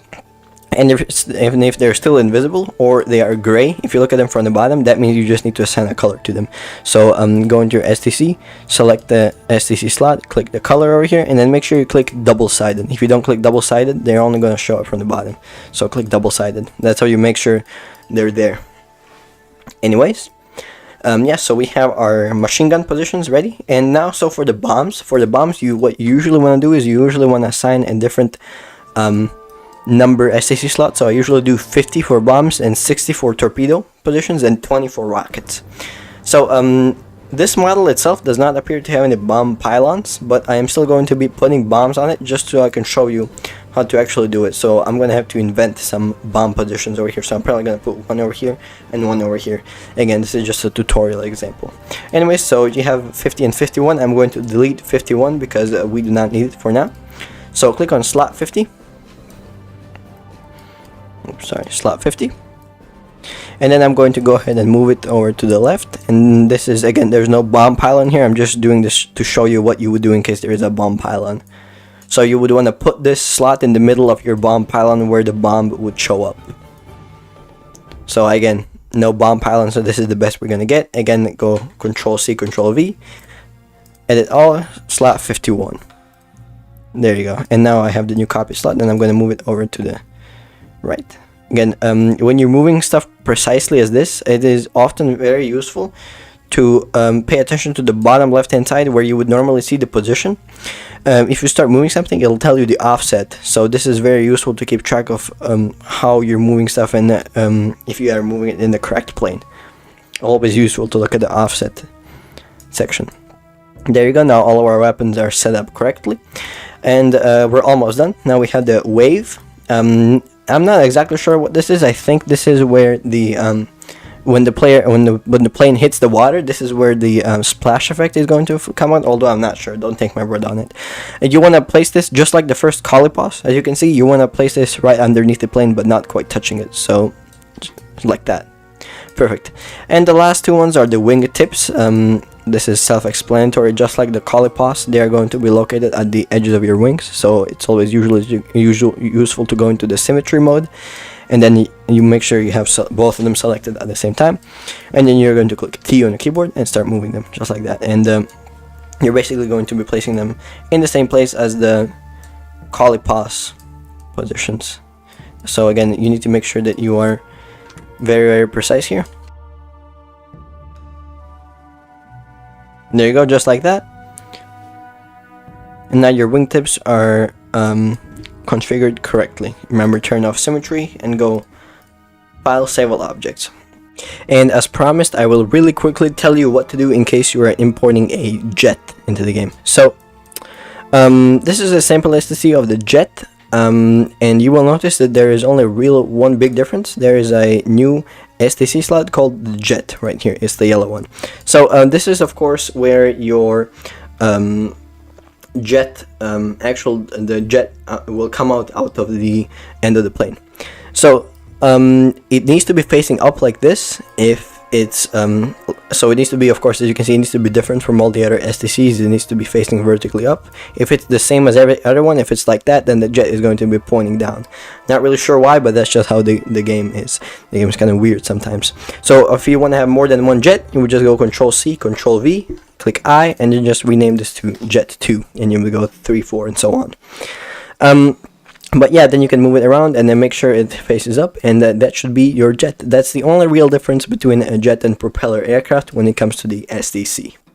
Alright, so that does it for the STC, and in the next part we are going to be centering everything. Alrighty, so now that we have our STC done, you have your slots, your damage, and your collider, and now you're ready to move on to the next part, which is the centering. So before we actually get into the step itself, there are two things that we need to make sure. So first of all, you need to make sure that your STC is all correct. So a good way to do this, one of the most common errors that happens is people copy it twice, or they copy more than once. So what you want to make sure is you want to open up your STC, you want to have it selected, and then you want to go into your list of surfaces, and you want to make sure that every single one of these has the number 1 next to it. If you have more than one, maybe you copied one more than once accidentally. It happens to me too, it's common. Then this will show up a number different than one, so you need to go ahead and select it, find it, and delete any extra ones. Make sure there's only one of each. And yeah, so that's how you verify that your STC is correct. Next up, what we're actually going to need to do is, if your left wing and your right wing are not separate objects, you're going to need to separate them yourself. Usually they already are if you're importing models off the internet, but for example this one, you can see that the wings are actually attached to the body object. So you want to have your wings be in 2 separate objects, so your left wing and your right wing. So the best way to do this is go into File. You are going to create a new object right here, and you can either have 2 separate objects for your wings, or you can put them both in the same object. You can name this object the wings, and then you can have 2 layers inside of it. You can call this right and then left. Again, Lightwave has a layered object, which is very handy. Click on body, and now you're going to be needing to actually separate your wings from your model. So just like we did with headbox, the best way to do this is to go into the knife tool and then just cut your wings off, just like that. Again, do not cut too much because it may mess up the UV maps on your model and the textures may get messed up, just like that. So this should be fine though. Again, you can see your textures over here, and if they get messed up, it'll tell you right here. Then you're going to again draw circles around them, make sure that they're all selected. Click Control X to cut them, and then you're going to go into your respective wing and you're going to just paste them in there. So here's the right one, and let's go into the body and select the left wing, just like that. Control X, Control V, and there you go. Now you have your unnamed object with the two separate wings. This is exactly what you want, and you want your body to be just the main body. Alright, there you go. And another thing that you also need to do is you also should separate your fuselage. By fuselage, I mean the tail of the plane. I usually call it the fuselage. You can call it the tail, whatever you want. So create another unnamed object and go into your body, and you're going to be cutting off the tail end of the plane, just like that. There you go. And you're going to be taking the back part like that. If you have two tails like this, you want to make sure you select them both. Click Control X and then Control V in here. There you go. You can name the layer fuselage, and then you're going to click Save All Objects, and then it's going to ask you to save these unnamed objects that you have. So what you want to go do, of course, is go into your folder with all the rest of your objects, and I'm just going to name this P38 wings, and then I'm going to name the second one P38 fuselage, or you can name it tail also. Fuselage. There you go. Now you have your wings and your fuselage set up correctly in two separate objects. And you don't need to retexture these, because they are taking the surfaces that have already been textured by us. They have the texture names and everything. They should have the correct DDS textures assigned to them. So that's why we do texturing first, and then we do everything else. Anyways, save all objects. Again, oftentimes make sure you save.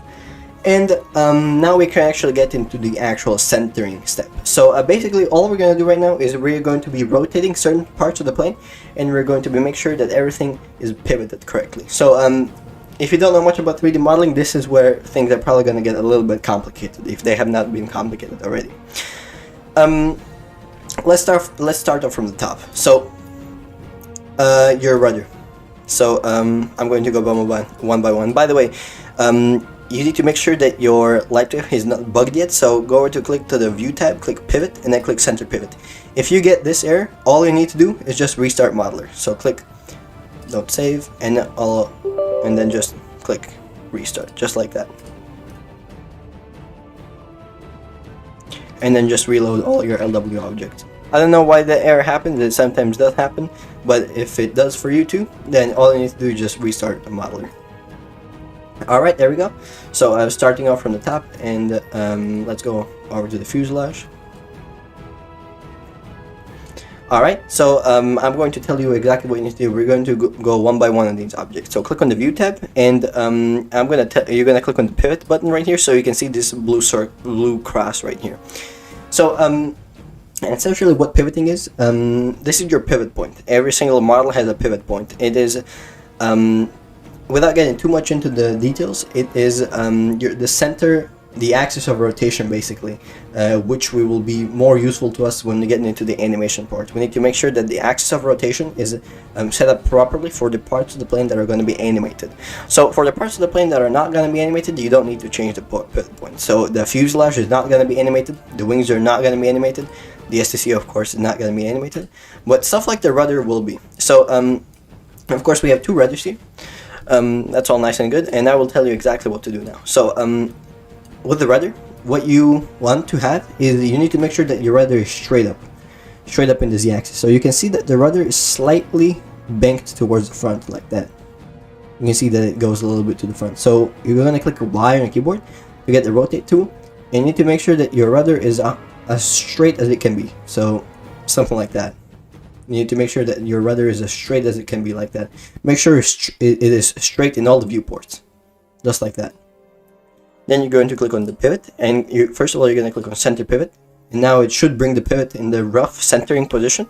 You are then going to zoom in as close as you can, and you need to place the pivot point at the center of the rotation. Now what do I mean by that? Let me bring a little diagram over here so I can help you out. Alright, so in order to help you visualize what we're actually going to need to do here, I'm going to make a few drawings over here. So let's say that this is your rudder as viewed from the top, right? So this is your rudder.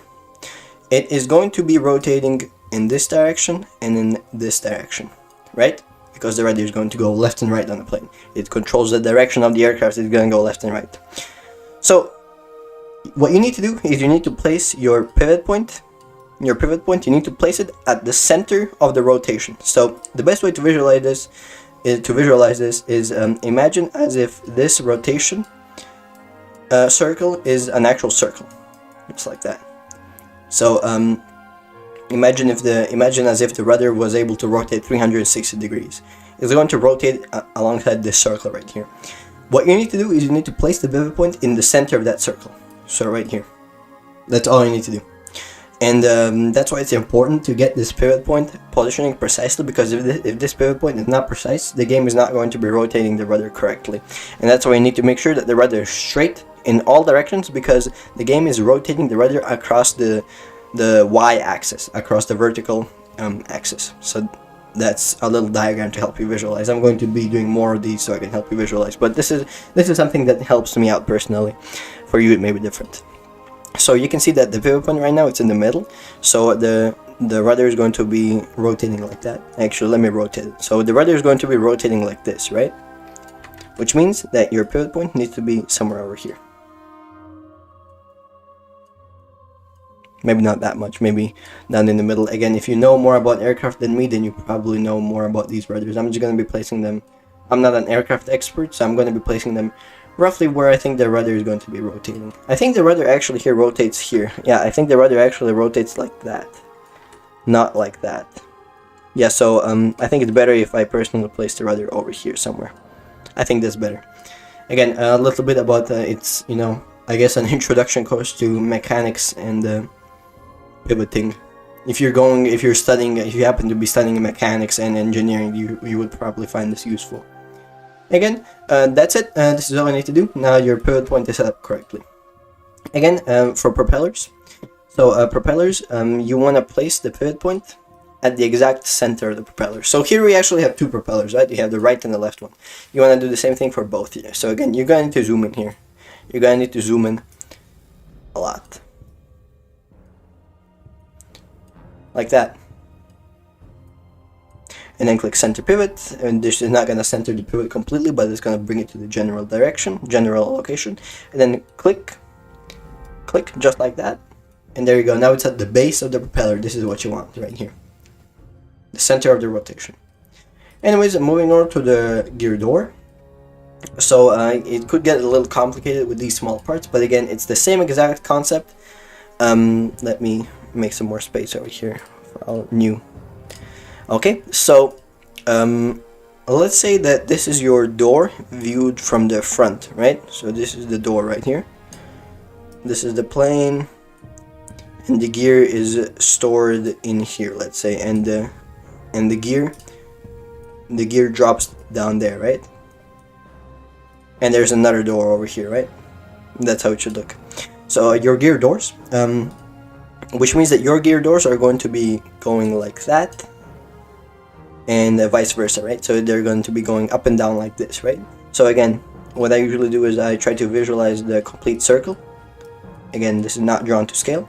So which means that the center of the rotation is right here, and that's where your pivot point should be located in. That's kind of a trash drawing. Like that. This is where your pivot point should be located in. So again, try to visualize the entire rotational circle. Imagine as if the gear door was able to rotate completely 180 degrees. So one thing for the gear doors, you do not need to center these. You do not need to straighten these. So you can see this one is off to the side. You do not need to straighten these at all. You can if you want to. It'll make things a little more complicated later on, but you don't need to. All you need to do is just place your pivot point at the rough center. So again, use the perspective viewpoint so you can see mine is a little off to the side, which means I need to move it to the right, and there you go. Now this is your pivot point, which means that the door is going to be roughly rotating like this, not completely like that, but roughly like that. Alright, that's the gear door. That's the right gear door, and the left one, same thing. Pivot, center pivot, and place it exactly in the center of the rotation. Make sure you have it visualized like that, and there you go. you're going to get better at this as time goes on, of course. You can't be expected to know everything right off the bat. Alright, so this is your gear. I think these gears are actually extended already. Are they? Yeah, they are. Wow. So I didn't need to do the guessing step at the SSC. Well, it doesn't matter. We're going to be fixing them anyways, because with most models, they're actually going to be retracted. So I guess this is good practice. Anyways, so for your gears, again, think about the center of rotation. So once again, let me bring up the little diagram to help you out. So file new. So this is your gear. This is the gear. Okay, let me draw it in the center so it's easier for me to draw the circle. So this is your gear. So the gear, let's say that this is the wing up there. So the gear is going to be rotating up like that and vice versa. Again, draw the rough circle. This is terrible. I'm terrible at drawing. Draw the circle. And then where is the center of this circle? It is going to be right here. So that is where your pivot point is going to be located at. So which means that the gear is going to be rotating up and down like this, right? It's going to go up in the wing and it'll go down, which means that your pivot point needs to be at the exact center. Whoops, I did something wrong. Pivot point like that, center pivot, and put your pivot point up there and make sure it's exactly centered in all three ports. And there you go, that's your axis of rotation. With the flaps, same exact concept. The flap is roughly going to be extending out like that, which means that your pivot point needs to be on here. There you go, just like that. And then I'm going to go through the rest of these small parts.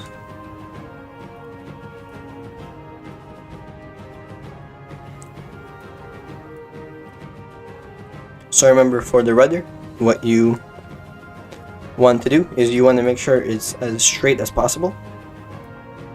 You're gonna do the same thing with the ailerons and the elevators and the rudders. For these parts, for the ailerons, elevators, and rudders, we need to make sure that they're straight, as straight as possible.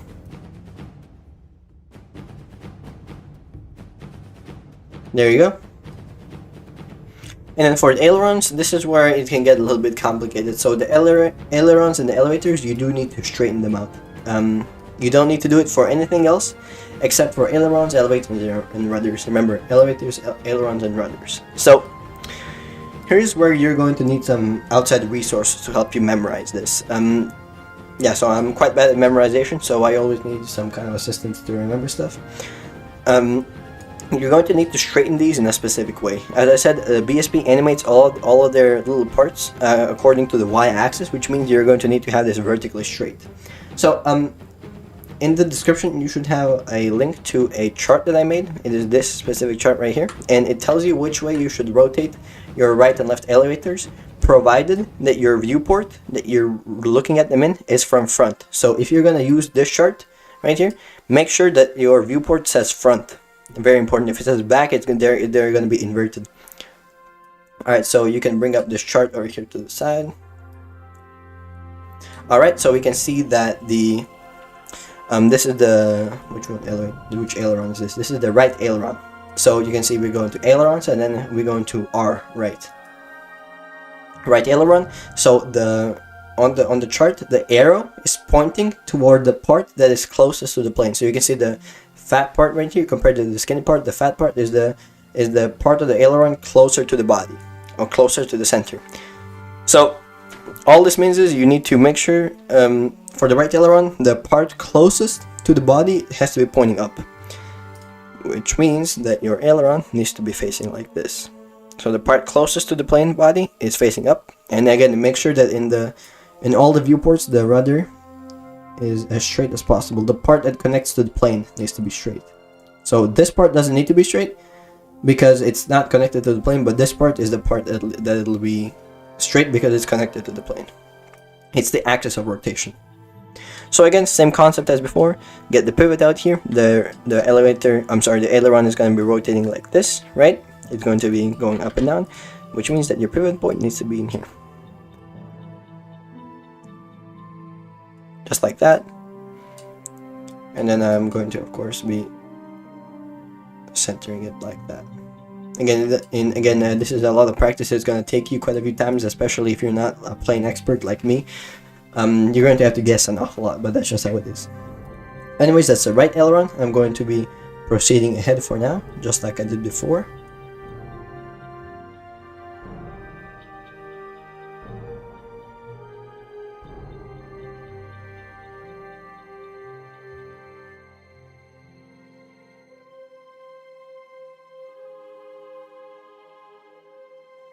Alright, so here we are back in the ailerons.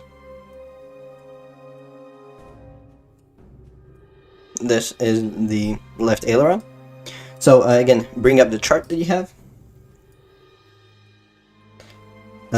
Ailerons. Alright, so we're looking at the left one, so we have the left one open, and unlike the right one, the fat part, or the part closest to the plane, needs to be facing down, which means that you are going to be rotating your aileron like this. Again, the fat part, or the part closest to the plane, needs to be facing down. And once again, remember that the plane closest to the part closest to the plane needs to be 100% straight vertically in all viewports. And then once again, our aileron is going to be rotating like this, up and down. So we need to make sure that the pivot point is somewhere over here. Again, at the exact center of the rotation.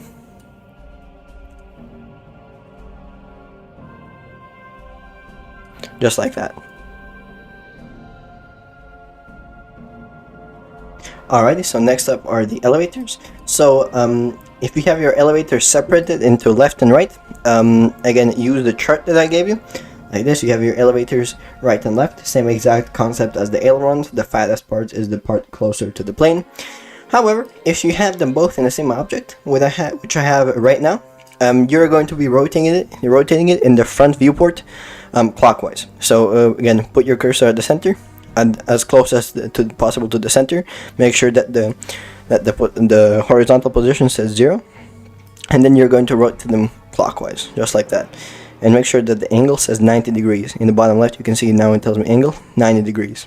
So it's 100% vertical. Alright, and then you're going to zoom in, and same concept as everything else with the pivoting. Imagine as if it's rotating like that, your elevator, and which means that your pivot point is going to be in the exact center. Just like that. And there you go. That should be good enough. And the cockpit inside and the body, neither of them have need to be pivoted. Alright, so that should be it for the pivoting or the centering step. You want to make sure to have pivoted everything correctly. So just click on pivot so you can visually see the pivot, and you can just keep clicking throughout all of your objects, making sure that everything is pivoted correctly. So you can see all the small parts that are going to be animated. Correct pivoting. The elevators and the ailerons and the rudders are all 100% vertical or straight, and they are all pivoted correctly. I think mine actually may be off with the left aileron. Yeah, I'm not sure what happened here. It needs to be way more over there. And there you go. That looks correct. Again, really easy to make mistakes here. And why is the front gear not pivoted properly? Maybe I didn't save. There you go. Alright, yeah, again, as I told you, really easy to make mistakes. And now everything should be pivoted correctly.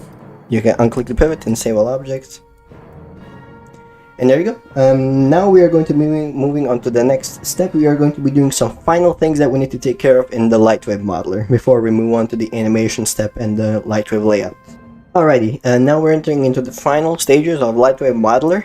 What we're going to do right now is just do some very light preparation work, so our model can function properly in the game. So there's going to be two main things that we're going to do here. First of all, we are going to be needing to separate our two cockpit models, our cockpit outside and our cockpit inside, or you can call it high-res or low-res cockpit, whichever one you want. If you are importing a heavy bomber that does not have a cockpit inside model, that will have rear gunners instead, you do not need to do this. You do not need to separate the cockpit into two objects. You can just keep your cockpit as part of the body object, right here. But if you are importing any aircraft that has an actual cockpit, you're going to be able to go into the view of the cockpit. You need to have two versions, the high-res and the low-res. Usually video games, if you're importing a model from a different video game, then they will usually already have two variations of the cockpit.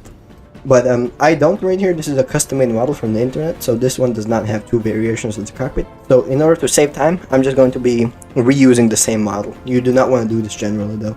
So here's my cockpit inside. I'm going to create a new object, copy paste. I'm going to call it outside cockpit. You can call it high-res cockpit, low-res cockpit, whatever you want. I'm going to be saving it as outside cockpit.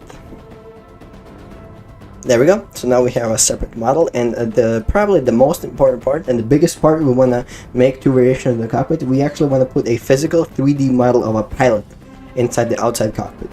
That's only going to show up when we're not in the cockpit view. So the first thing that you would want to do is actually hide your glass. So select your glass surface, go into the view tab and click on the hide selected, so you can see the actual pilot inside. And then you are going to get your pilot object. So go into your planes universal folder that you downloaded from my links. Go into models, and you're going to go open up. You're going to open up both pilot and the propeller spin. Pilot and propeller spin. So here's the pilot. And you're going to be copying it, and then you're going to go into outside cockpit, and then you're going to select pilot soldiers.mshd.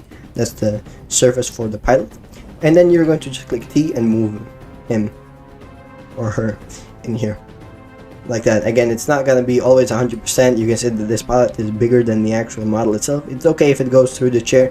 The player's probably not going to notice it if he looks too close into the cockpit, because most of these pilot models are larger than the planes. Alright, there you go. So now we have an actual pilot inside the model. You can see that's what they will look like in the game. There you go. And if you have like a rear gunners and you want to put a co-pilot in there, you can just select this thing and copy paste, and then do the same thing what you did with the STC. See, now you have another one. You can rotate him, you can move his arms, stuff like that. Anyways, if you want to change it to a Japanese pilot texture, all you need to do is go into your surface editor, select the object with the pilot, so outside cockpit, and you select pilot soldiers.mshd, and then you go into the T texture, and then if you want to change it to a Japanese pilot, let's say, you would go into your folder where you have your universal folder, planes, models, and then you go into textures, and then you have Jap pilot camo, and you have two US pilots. So select the Jap one, and there you go, that's the Japanese pilot. I'm going to be using the American one.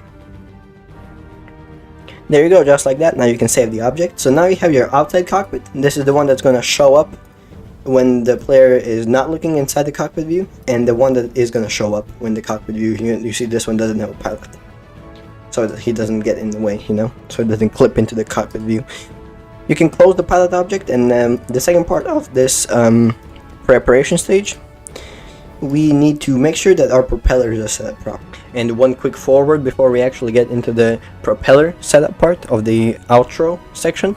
You do not need to set up the propellers like this if you're importing a jet, of course, because a jet is not going to be having any propellers. All you need to do is just have that jet coordinate back in during the STC stage. You just need to have the jet coordinates ready. You don't need to do any of the propeller stuff, really. So I have two propellers here. I have the right one, and I have the, where's the left one? Left propeller. So I have the right one and the left one. So here they are. And there's going to be a few things that you need to do here. First of all, for each one of the propeller objects, you need to have 3 layers inside. The first one is going to be called still. The second one is going to be called spin. And the third one is going to be called dead. Basically what this means is we need to have 3 variations of the propeller. One that's going to be when the propeller is still, when the plane is just about to take off from an aircraft carrier. One that's going to be spinning, and one that's going to be dead when the plane is shot down and it's falling and the propeller turns off. Now usually in the dead you would have a model of a propeller that's kind of mangled and broken, but I usually don't do this to save time. I usually just copy the still one, as I will show you later. It's just to save time. So again, do the same thing for the other propeller. Still, spin, and dead. And all you're gonna do is, for now, you're just gonna go Control C and then Control V, or paste your propeller into the other two layers. So for now, you just have the exact same copy of the propeller in each one of them. So the only one that you're actually gonna change is the spin. What you're gonna do for the propeller spin, first of all, you're going to need to delete these flaps right here, because these flaps are not going to be showing up on the propeller spinning.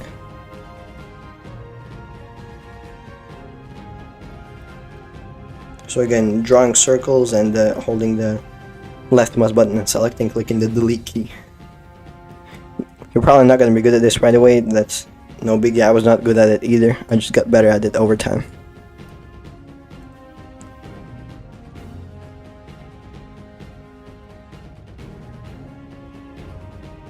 There you go. So now for the spin, you should just have the propeller tip, just like that. And save all objects.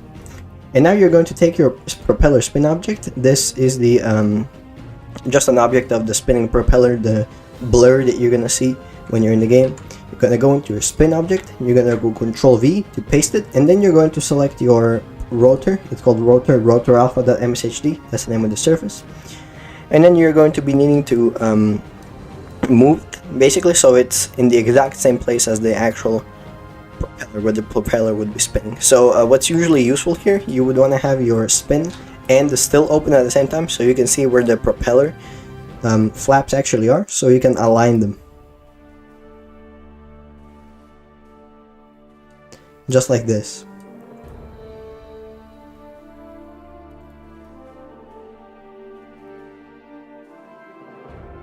There we go. And then it's very, very important, you must zoom in all the way here, because if you don't zoom in all the way here, the propeller is not going to be spinning correctly. So zoom in all the way in, just like that.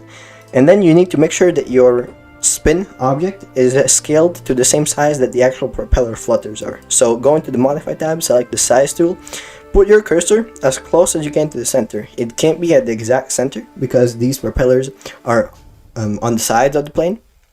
So make sure you put it as close as possible to the center, and then you're going to scale them appropriately so they match up with the actual propeller blades.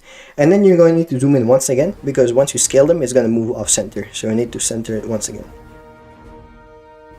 There we go. Just like that. And that looks good. Now, in order to save time for the other one, you can just copy this one and paste it into the spin object. And all you need to do is just move this one to the right.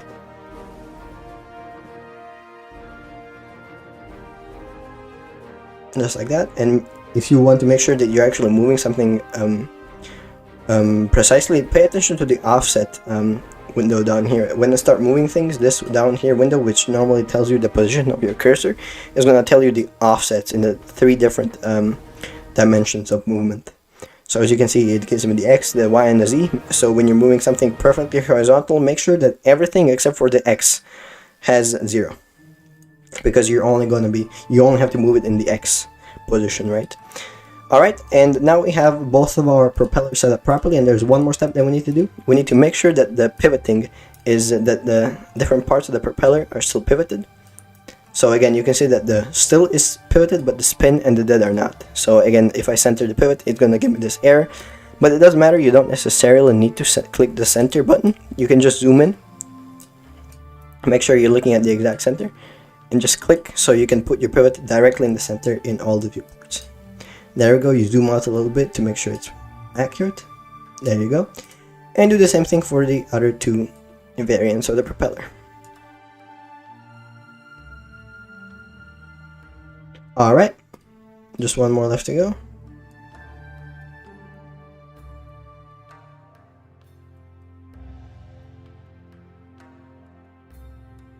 And there you go. Now your propellers are properly set up and properly pivoted. So again, 3 variations: the still, the spin, and the dead. Every single one must have been correctly pivoted, and the spin must have the spinning rotor object instead of the blades. There you go, and you can just go make sure that everything is pivoted correctly, and you can close the spin object. And one click forward, if you're doing the propeller spin and you're importing a Japanese plane, I'm importing an American plane here, you're going to want to actually change the texture of the spinning propeller to the Japanese propeller. So click rotor alpha.mshd, select the T, and then go again into your universal textures folder, and you can see you have the Jap rotor camo, which is this one right here. You have the 2-blade one, you have the 3-blade one, and you have the US one. I'm just going to be using the US one for this one because it is it's the one that I'm importing an American plane. And there you go. And that is the final stage of the modeler part of the importation process. Now everything should be set up properly for us to be able to animate this plane and for us to be able to actually export this plane. Alrighty, and for the Lightwave layout stage, the first thing that you would want to do is to get up Lightwave layout, which is the red part of Lightwave.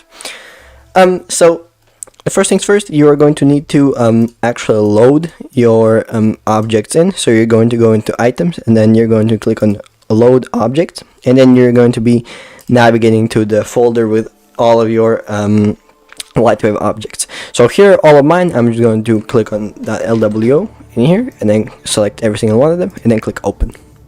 And there you go. Now every single object is open and ready to go. Now there's a lot of objects here. The first thing that you want to do is click over here. You're going to go and add a null object. You can just call it null. You're going to bring it to the top, and you're going to place every single object except for the STCs. I'm just going to select them and move them down here on the scene editor.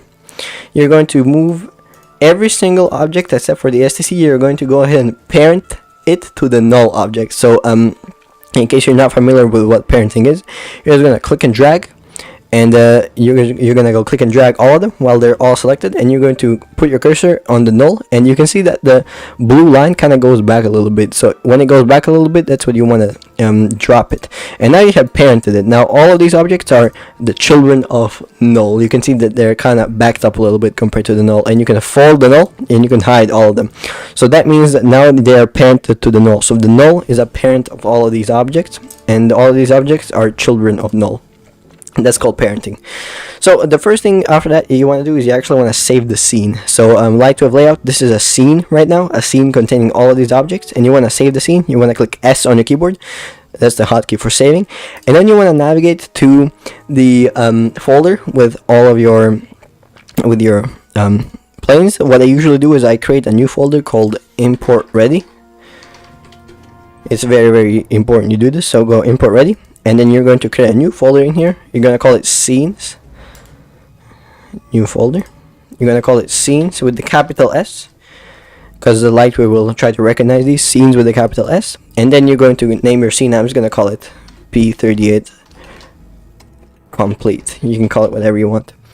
P38 complete, and now you can see it saved as P38 complete. Now to make sure you switch over the paths, you're going to go to File, Clear Scene, and then you're going to go Load. You can go Load Recent. You can see right here you have the P38, and then it'll ask you to change the path. You're going to go ahead and click Yes, and now your paths are changed, and now you have your proper scene loaded in. So oftentimes, just as it was with Lightwave Modeler, keep clicking S on your keyboard often so you can save. That's the hotkey for saving. Alright, now we're gonna do a lot of movement and making sure everything is tidy. So you don't need to organize your stuff. I usually do, so I'm gonna show you how to organize it properly, because I like organizing stuff because it's easier for me to see it later, and because it looks fancy. So what I usually do is I move the body to the top, then I move the wings right underneath the body, and then I bring my two cockpits, so the cockpit inside, cockpit outside. Then I bring the ailerons. Let's see, right aileron, left elevator. We can put the elevator in as well. Right aileron, left aileron, and then the elevators, and then the rudders. Let me see where the rudder is. Again, you don't need to organize it like this. I just do it because it's simple for me to organize it like that. Left rudder, cockpit outside, and then they usually put the flaps in. So right flap far. Again, we have the two variations of the flaps here, the right flap far and the right flap close.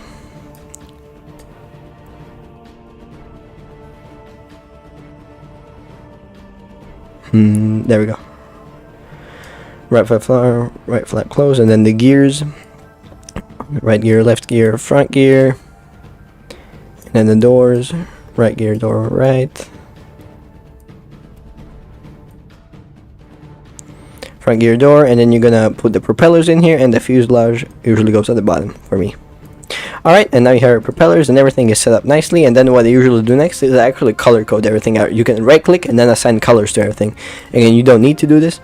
I just like doing it because it's simple for me. So all these parts are red, the cockpits are usually green, the ailerons and these parts that you needed to rotate are dark green, the flaps are usually dark cyan, and the gears are dark red. So are the gear doors. Propellers are usually orange.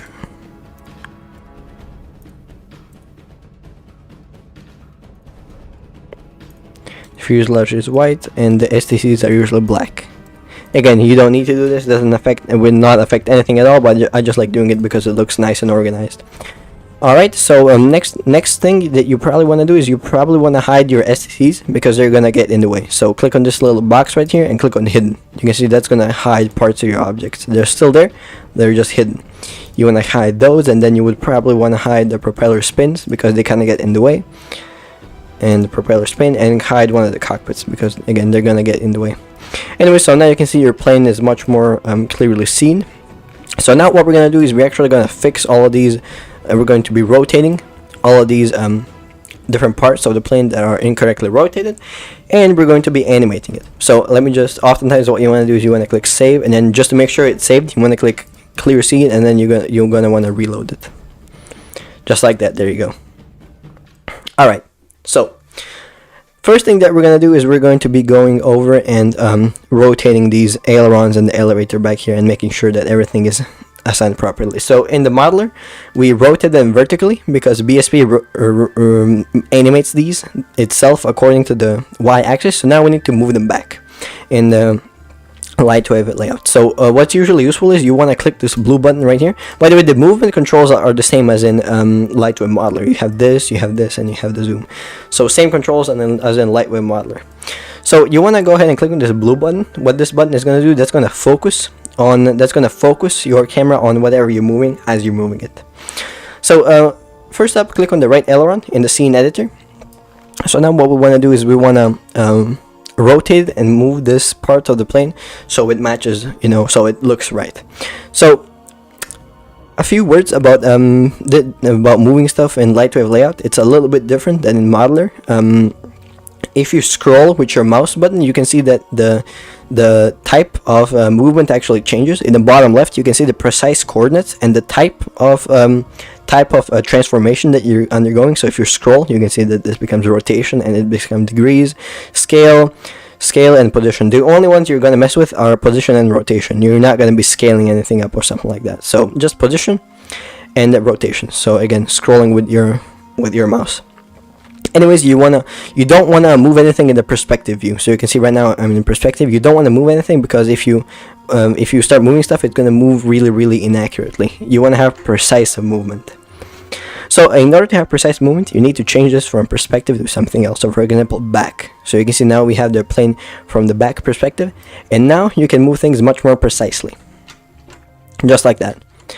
All right. So now you want to zoom in, and let's start moving this appropriately. So this can get a little bit complicated because of the different movement and the pivoting, especially if your rudders and your elevators are angled in a certain way. This can get pretty complicated, but yeah, I wish you the best of luck with whatever plane you're importing. So again, use your mouse key to scroll through the different transformations, and then you're going to click and drag on this middle part right here. So let's say I want to rotate the rudder like this. What I would do is I would click and drag on the blue circle right here, and then I would just drag like this.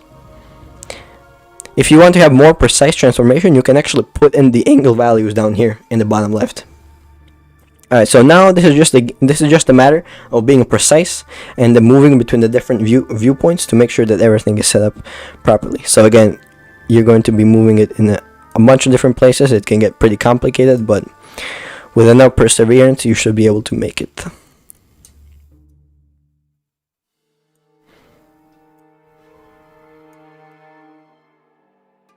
And then if it looks good in that angle, go on top. And remember this: anytime you make any change in Lightwave layout, for now, all you're gonna do, make sure you do the following: click enter on your keyboard, and then click OK or press enter again.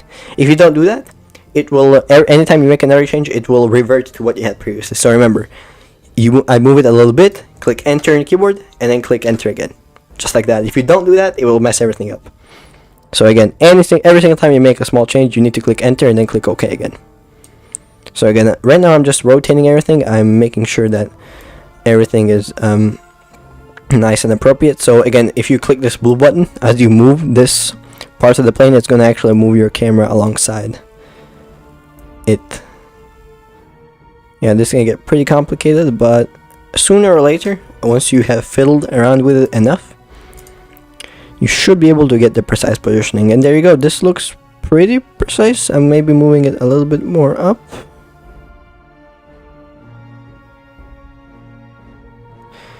There you go. And now, just to make sure, you're going to go back into perspective so you can look at the aileron from different parts, and this looks pretty accurate to me. There you go. Now this aileron is going to be moving up and down like this. There you go. And then once again, make sure you keep clicking enter, just like that. Or you can click create key down there. Alright, so that's the right aileron, and I'm going to go ahead and do the same thing for the left aileron.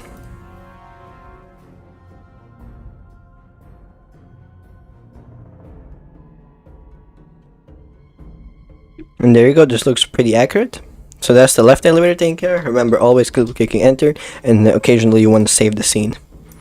Make sure that all of your changes are saved. So you want to do both click enter and then click S. There you go, now we both of our ailerons appear to be set up correctly. Next up is the elevator.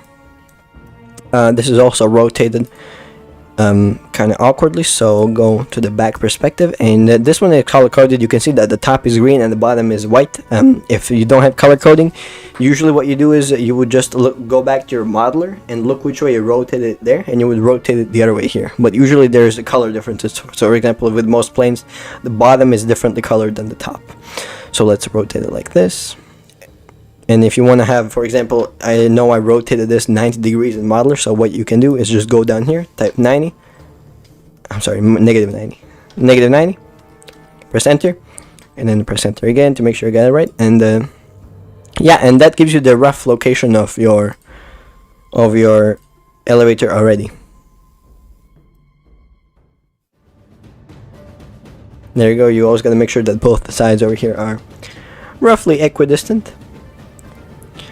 Back, and then I'm going to move it up just a little bit more.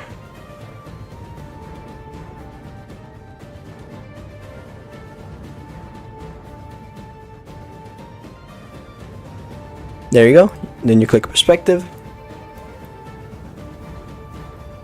and there you go. That looks like a correctly placed elevator. And now for the rudders.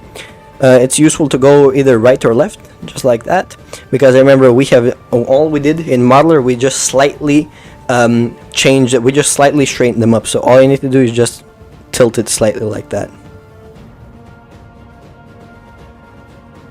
and there you go. That's how we do it. Then you click enter to make sure it's centered, to make sure it's keyframed, and then you would go left, and then you would rotate it. So you can see right here I rotated by 2 degrees. So to keep things simple, I'm gonna rotate this by the same amount.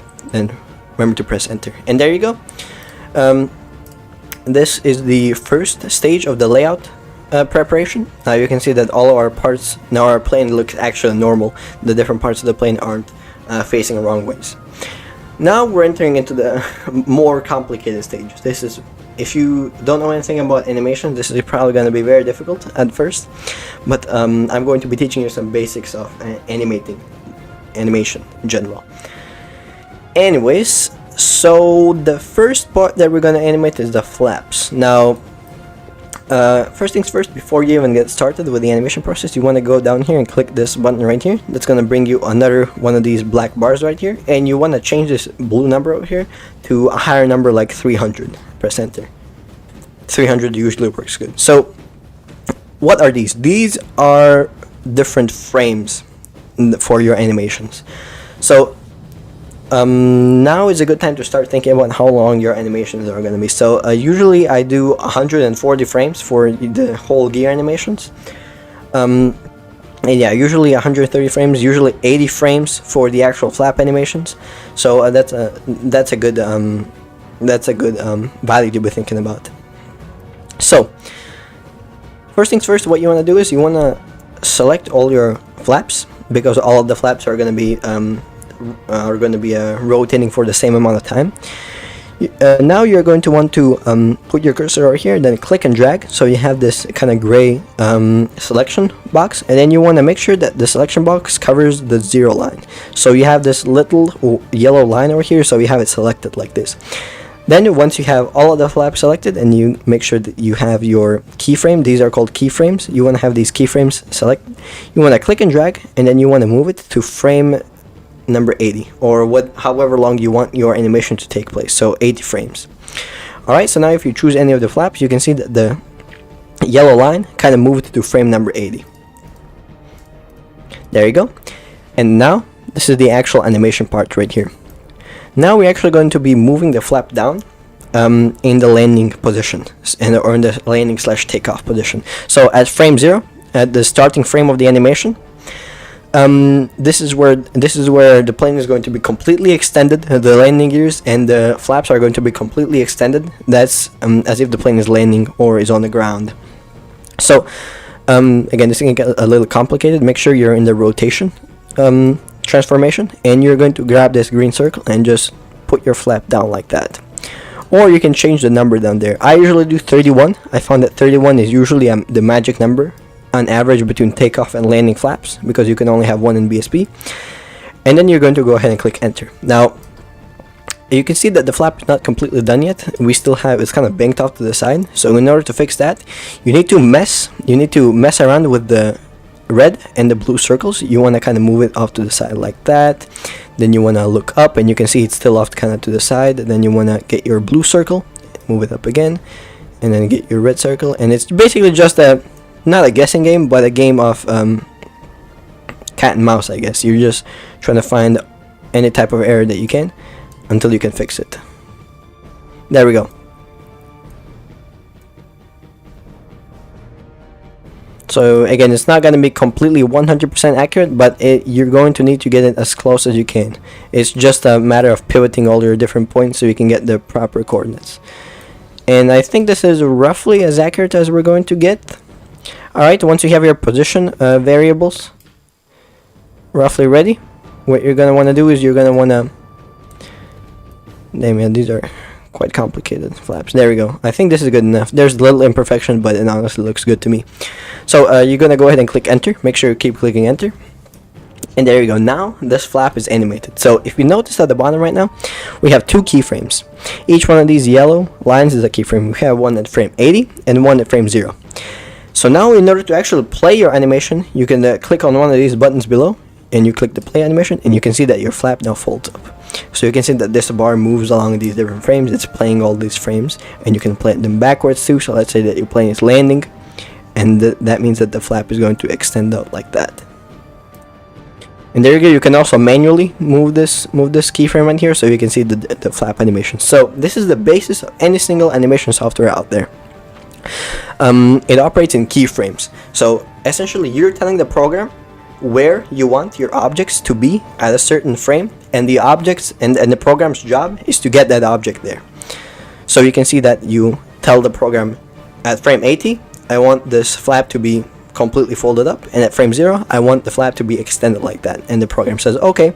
And then in between the space between the two, the program creates different position, creates a bunch of different positions so that the flap can have a smooth animation.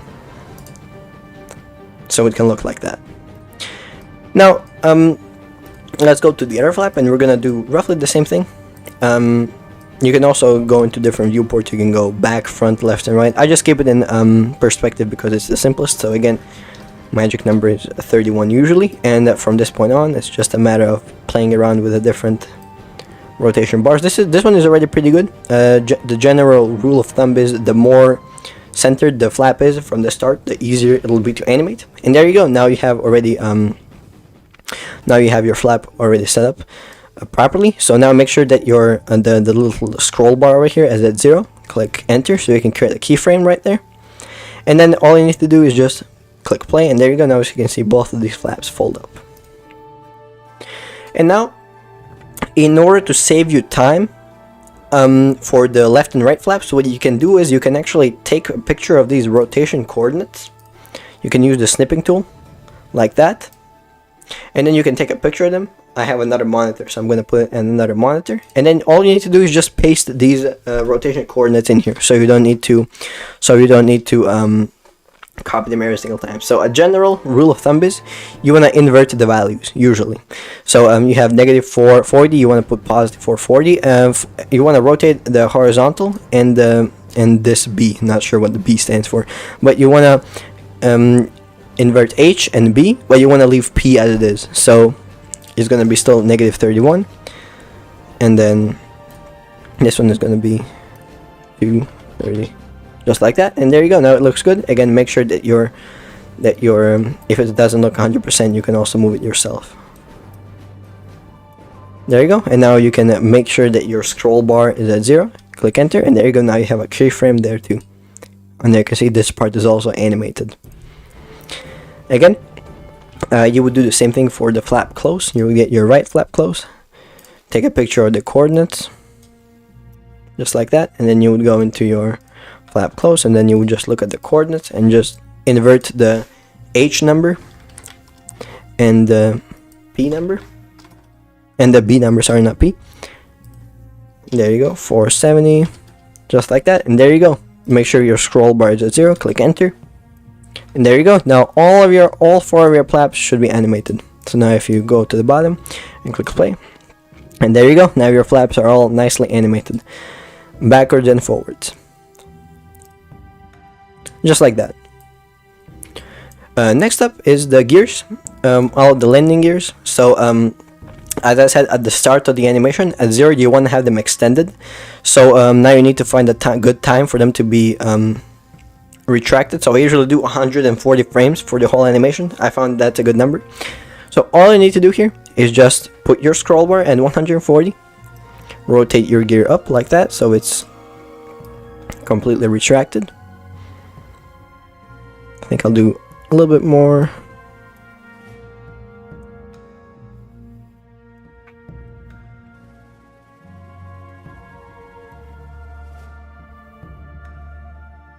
Make sure it doesn't pick up like that on the top. And there you go. You can get as close as possible. And you click enter. Make sure your scroll bar is 140. Click enter. Now there's a new keyframe there. And now you can see if you play it backwards, there's the gear alongside the flaps that come out and are ready for the landing.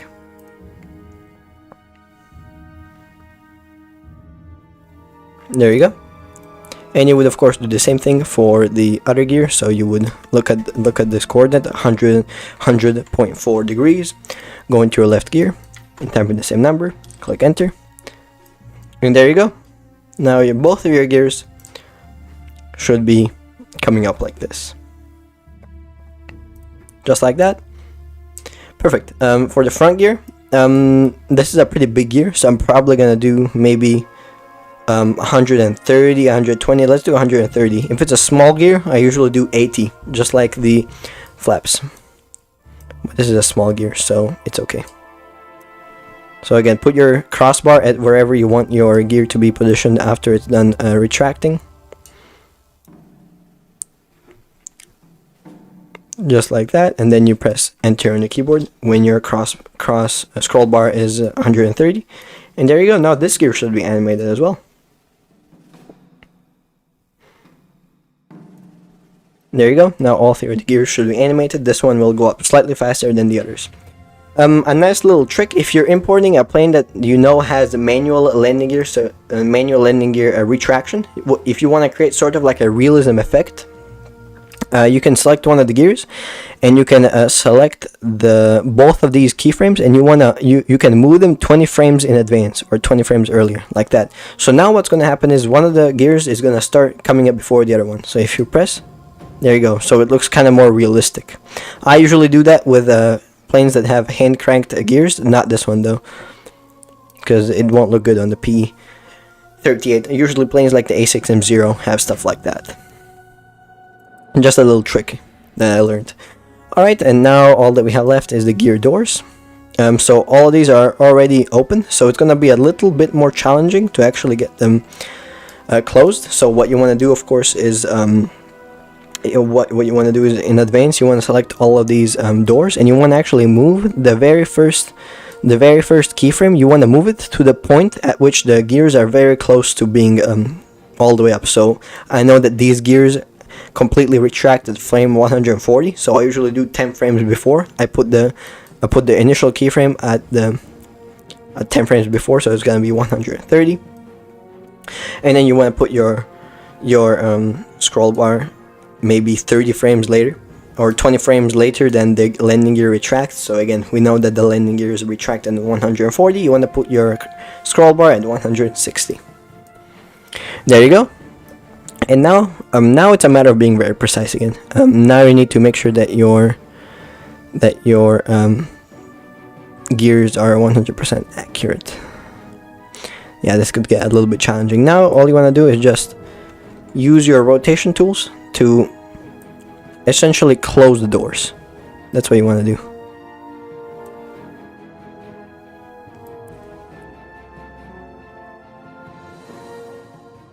So it looks like these gears are still kind of perking out.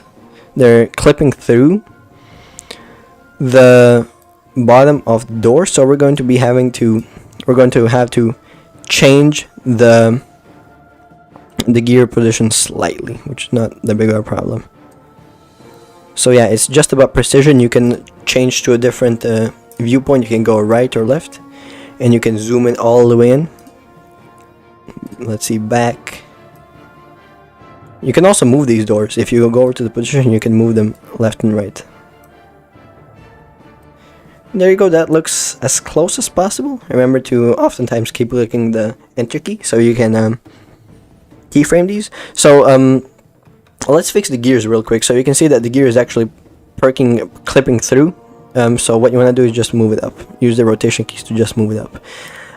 You also want to make sure that the gear is not clipping through the back. Well, it's clipping, so this will get quite tricky. Let's see, what can we do here? Yeah, these gears were not made in mind to have these retractable landing gears. Well, there is one thing you can do. You can go ahead and move your crossbar over to the keyframe at which the gears retract, and then what you can actually do is if you can get let's see. I think you may actually need to make the gears smaller here. Yeah, this is gonna get rather tricky. So you can see that the bay door kind of folds up. Well, what you can always do is you can actually make the gear smaller in Lightweight Modeler. So if you go into Lightweight Modeler, a good way to fix this is go into your right gear. So let's go into your right gear object, and then go into the Modify tab, and then go into Size, and you're going to put your size position over where the pivot is and just make it smaller. Let's do 85% the size. Save all objects and do the same thing for the left gear. Cursor where the pivot is, 85%. In the bottom left it tells you the percentage. Let's try 85%. And once you save all objects, it should update automatically in Lightwave, so you can see it updated automatically. Now, unfortunately, you are going to need to move the gear again. So put your cursor at 140 and then move your gears again slightly. You can select them both at the same time. And yeah, you can move them down like that. Whoops. This one went completely off to the side. Oh boy.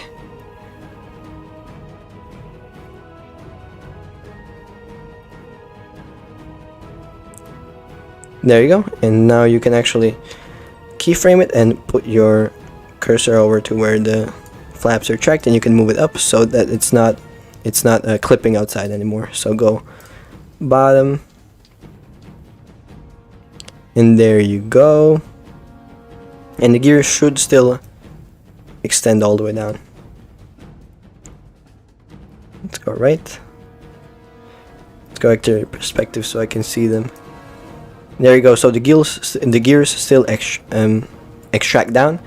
What you probably want to do is you want to move it a little bit more down if you change their position. So right, select them both and move them a little bit more down and on the keyframe at which the landing point is, just like that. Center. There you go.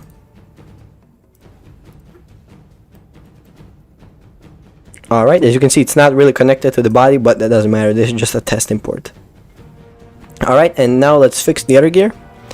You can go front, and you can move this gear actually inside. The pivot point is off, but that shouldn't be too much of a problem.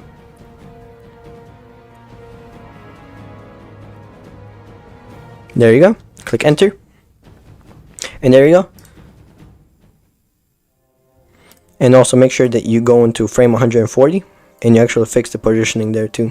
As you can see, the gear, as you can see in the animation, the gear actually moves off to the side. So what the good practice is, you can actually copy the X value over here, and you can go into your right gear and then paste the same gear, and you can move over to frame 140 and move over to the position and then click enter again. There you go. And now the gear shouldn't actually shouldn't move over to the side. There you go, just like that. Looks much better. Yeah, it's a complicated plane, but when you import custom-made planes, they're often not made with the author keeping in mind that it'll be used in a video game. So things like this happen often, and you gotta take them into account. So there you go. So now they retract at frame 140. If you go up, you can see there's no clipping at the top, which is good. And there you go. Now these gears perk up, and let's go back to our original quest, which is the gear doors. All right, so we have figured out some good angles to get the doors to fold up all the way, just like this. Alright, and then you're going to go into your other door, and if you want, you can actually look at the coordinates, the rotation values for the other gear, and just like what we did with the flaps, you can take a picture of them and try to copy them over and try to see if they match up. If the doors are usually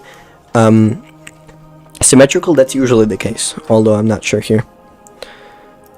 So we have, make sure that your crossbar is always 160 or whichever frame you chose. So 9.3,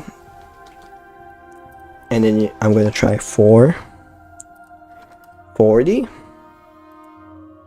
maybe 63. Let's see, I think it's the other way then, like this, and there you go, we're almost there. Maybe if I invert this, nah, you can see it's already pretty close.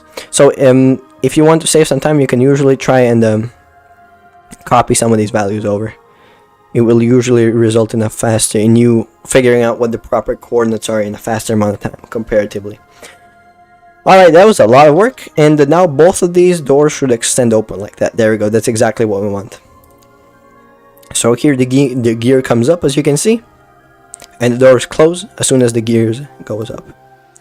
Now, from this point on, it's going to get quite a bit easier, because all you need to do now is copy over the rotation coordinates for the other doors, because they are symmetrical. So you have we copy the coordinates from the left door. So what you would usually do, I'm not really sure what the best course of action is. So yeah, just try copying the coordinates into your into the other doors. Just try copying the coordinates and see which ones fit best. So you usually want to do symmetrical. So this is the door that's closest to the body, so you want to do the same thing on the other side. You can see that is the door that's closest to the body, these two. So you want to do the same thing on the other side. So again, take the coordinate pictures that you took, then you would go 8, 9, 4, 4, and then 5, 5, 9, 20, and then you would try inverting some of the signs, try messing with it a little bit, and there you go, you have one of the doors already set up properly. You can also move it a little bit, like for example, if it's not 100%, you can move it slightly.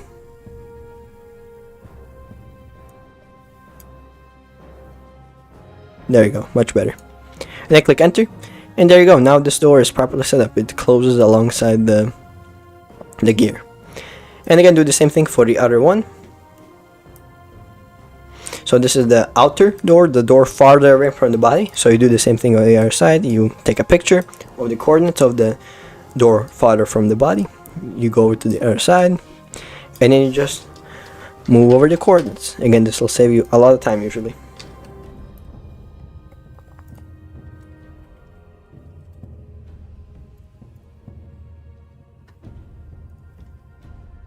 There you go. We're already almost set up. Oh, there's always gonna be little imperfections. That's just how it is.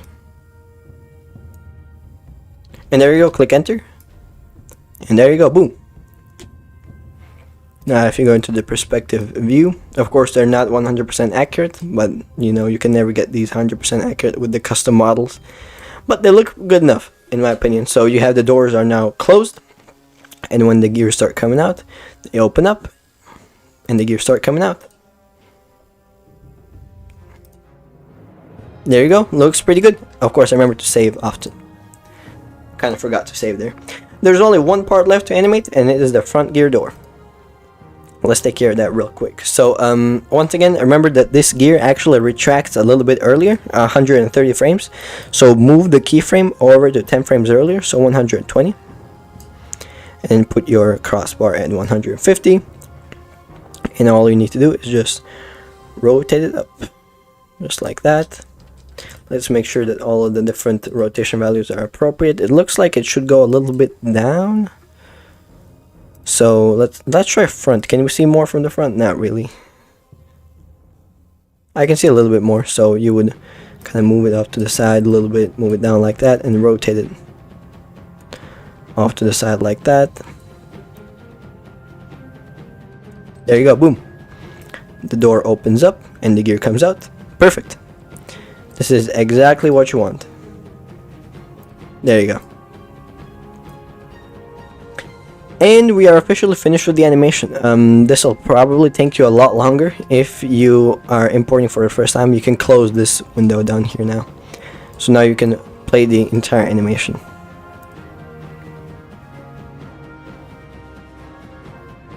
There you go. That's the animation forwards and the animation backwards. The gear comes out and the flaps extend. Looks pretty cool. And that's how you animate stuff.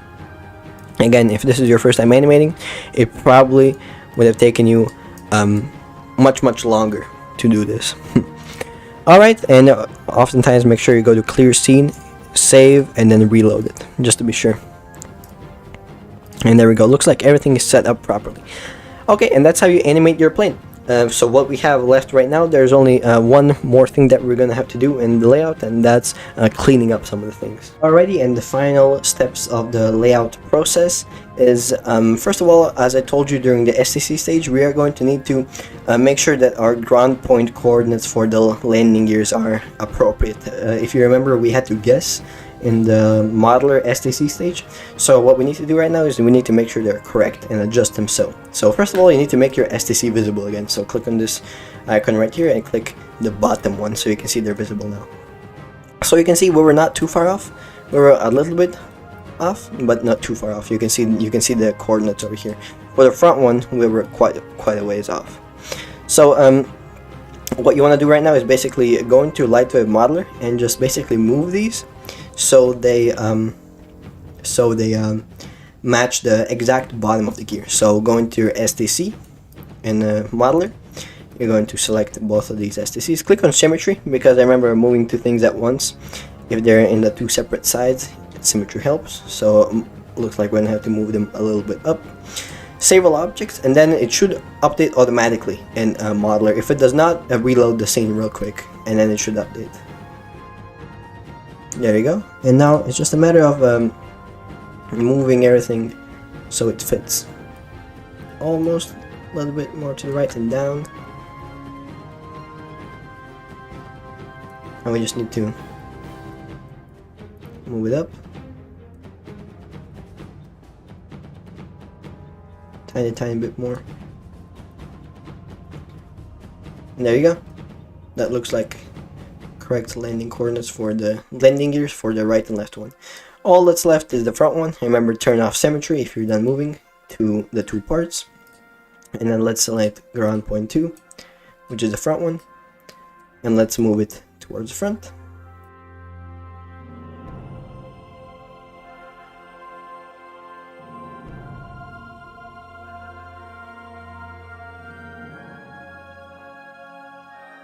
And there you go. Perfect. Now your landing gear coordinates are set up properly. Alright, so your animations are done, your landing gear coordinates are done. There's one more thing that we need to do, and that is the comments. If you remember in the ship importation tutorial, in the final stage, if you watched the ship importation tutorial, we needed to apply a bunch of comments to our ship, different parts of the ship, and we're going to be doing the same thing here. Basically, the way that the game recognizes what the different parts of the plane are, you're going to be applying so-called comments to all the different items in the scene right here, and that's how the game is going to recognize what the different parts of the plane are, and it's going to give them the appropriate function. Alrighty, so I'll be looking at the comments list. Off of my comments list I have it open on my other monitor, but I will probably either leaving these comments that you're going to be needing either in the description down below or in a downloadable file alongside all the other files. I will see whichever one is best for me. Anyways, what you need to do right now is, first things first, reload the scene, because the items needs to get rearranged in the Lightwave's memory. And now that you have reloaded the scene and everything is ready to go, you're going to click on the comments button right here, and then you're going to click on this item button right here, and you're going to go through all of these items and assigning comments to them. Anyways, let's start off at the top. So first one is the body. You're going to be putting 2 comments on the body. The first comment on the body is going to be this long comment. It needs to be exactly like that. If it's not like that, it's not gonna work. So make sure you double check your spelling and everything if you're copying it. So these are the 2 comments that you're going to be putting on the body, so the engine and the long auto LOD comment. Then for the wing, for the right wing, you're going to be putting this comment, R wing. For the left wing, you're going to be putting L wing. For the cockpit inside, you're going to be putting 2 comments, the Belso cockpit and this Visp comment right here. For the cockpit outside, you're going to be putting this comment. That's it. Remember, if you are doing a heavy bomber, you do not need to put these comments. You're probably going to be having you should have your cockpit as part of your body if you have a heavy bomber, if you're doing a heavy bomber without a cockpit. And if you're doing a jet, of course, you're not going to be having these propellers over here, so you're not going to be assigning comments to the propeller objects if you're importing a jet. Anyways, moving on, the right aileron, you're going to be putting this comment and the Visp 7 comment, not Visp 15, make sure it's the Visp 7. For the left aileron, you're going to be putting this comment and once again the Visp 7. And then for the elevator, you're going to put elevator and the Visp 7. If you have 2 elevators, you just put the same comments on both of the elevators if you have more than 1 elevator. Alright, for the rudder, you're going to be putting the rudder comment and the Visp 7. Again, if you have 2 rudders like me, or you have just 1, same thing. Just put the 2 comments on each one of the rudder objects. Just like that. Alright, so for the flaps, depending on which wing they are, you are going to also put the wing comments. So this is a flap on the right wing, so right wing, and you're also going to be putting the Visp comment too. Same thing for the other right flap. Again, however many flaps you have, putting the same things on all of them. Same thing for the left flap, so you're just going to change R wing to L wing. Just like that. L wing.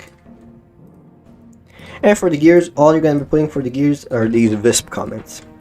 In case you don't know, these Visp comments, the Visp stands for visibility percentage. In order to save performance, what this comment is going to do, it's actually going to make the certain specific object disappear once the object reaches a certain percentage of your screen once you're playing it. So in this case, it's percentage 7. So whatever is the second number, that's the percentage of the screen that when the object takes up, it's less than or equal to whatever this number is, the object will disappear off the screen in order to save performance, so that the game engine doesn't have to render it, you know. It's all to save performance. Alright, so now all of these small parts have the Visp comments, and for the propellers, if you are importing a single engine fighter, you are going to be putting just simply rotor still and then a rotor for the rotor spin, and for the dead one you're going to be putting rotor still dim. This is if you're doing a single engine propeller, a single engine fighter or plane, but if you have more than one propeller, you're going to be putting a rotor still 0 and then rotor still, and just add zeros to the first one, and then for the second one all you're gonna do is just add rotor still 1, then rotor 1, and then rotor still then 1, and then you're going to go 2 and 3 and 4. Well, not 4, just 2 and 3, because you can have more than 4 engines, but the point is the same. The first one will be 0, and the second one will be 1, the third one will be 2, and the fourth one will be 3. That's how you go up. So however many propellers you have, that's how it is. But if you have only one propeller, remember, you just do it without the number. That's all I need to do. And the last one, the fuselage, just gets one comment. The fuselage or the tail just gets this comment right here, fuselage. And then you click save, and then you make sure you reload the scene again real quick, so the light wave cache refreshes, and then you're going to go through every single one, make sure that all the comments are correct. It's very easy to mistake any of these comments. Happens to me all the time because it's a lot of comments and you can easily accidentally apply the wrong comment or apply it to the wrong part of the plane. And there you go, looks like it's correct. And that is officially it for the layout part. Now all that we need to do from this point on is simply export the plane. So mmod exporter right here. Again, if you have not set it up yet, you need to go watch the second section of the ship importation tutorial so it can teach you how to set it up properly. So you're gonna click on mmod. There you go, and now that's going to bring up the mmod exporter 1.14. You're going to go ahead and disable convert textures only if source is updated. Now, if you have watched the ship importation tutorial, you will know that the model viewer did not work for ships over here. The model viewer is just simply an old program that the devs used to simply really quickly check if they imported everything correctly. Now, it didn't work with the ships because the ships were usually quite big, of course, and the ships, they had too many polygons for the model viewer to handle. Now, with planes, it usually actually works. So if you want to see your plane in the model viewer, you can actually check this option right here. And generally, you also want to leave general double-sided polygons. Then click OK, and make sure all these settings are like that. Click OK, and now it's going to do its own magic right there. There you go. And now it's going to bring up the model viewer, and this is the model viewer. It's basically like a mini BSP, basically, so you can render the model. So click and hold the left mouse button to move yourself around. You can see that the different parts of the plane are already somewhat animated, so it just shows you the animations. And then if you click C on your keyboard, you can see the hitbox. If you click C again, you can see the collider. If you click C again, you can see both. And click again C to disappear. If you click U on your keyboard, you can see the different SDC slots. If you keep clicking U, you can scroll through them all. At the bottom, it tells you the ones that you're looking at. You can see the ground points, the wave, the different weapon slots, the engine fires, cockpit view, and all of them at the same time. To exit out, you also have more functions right here. If you click H, you can see all of the different functions. And then click escape to exit it, and that's it.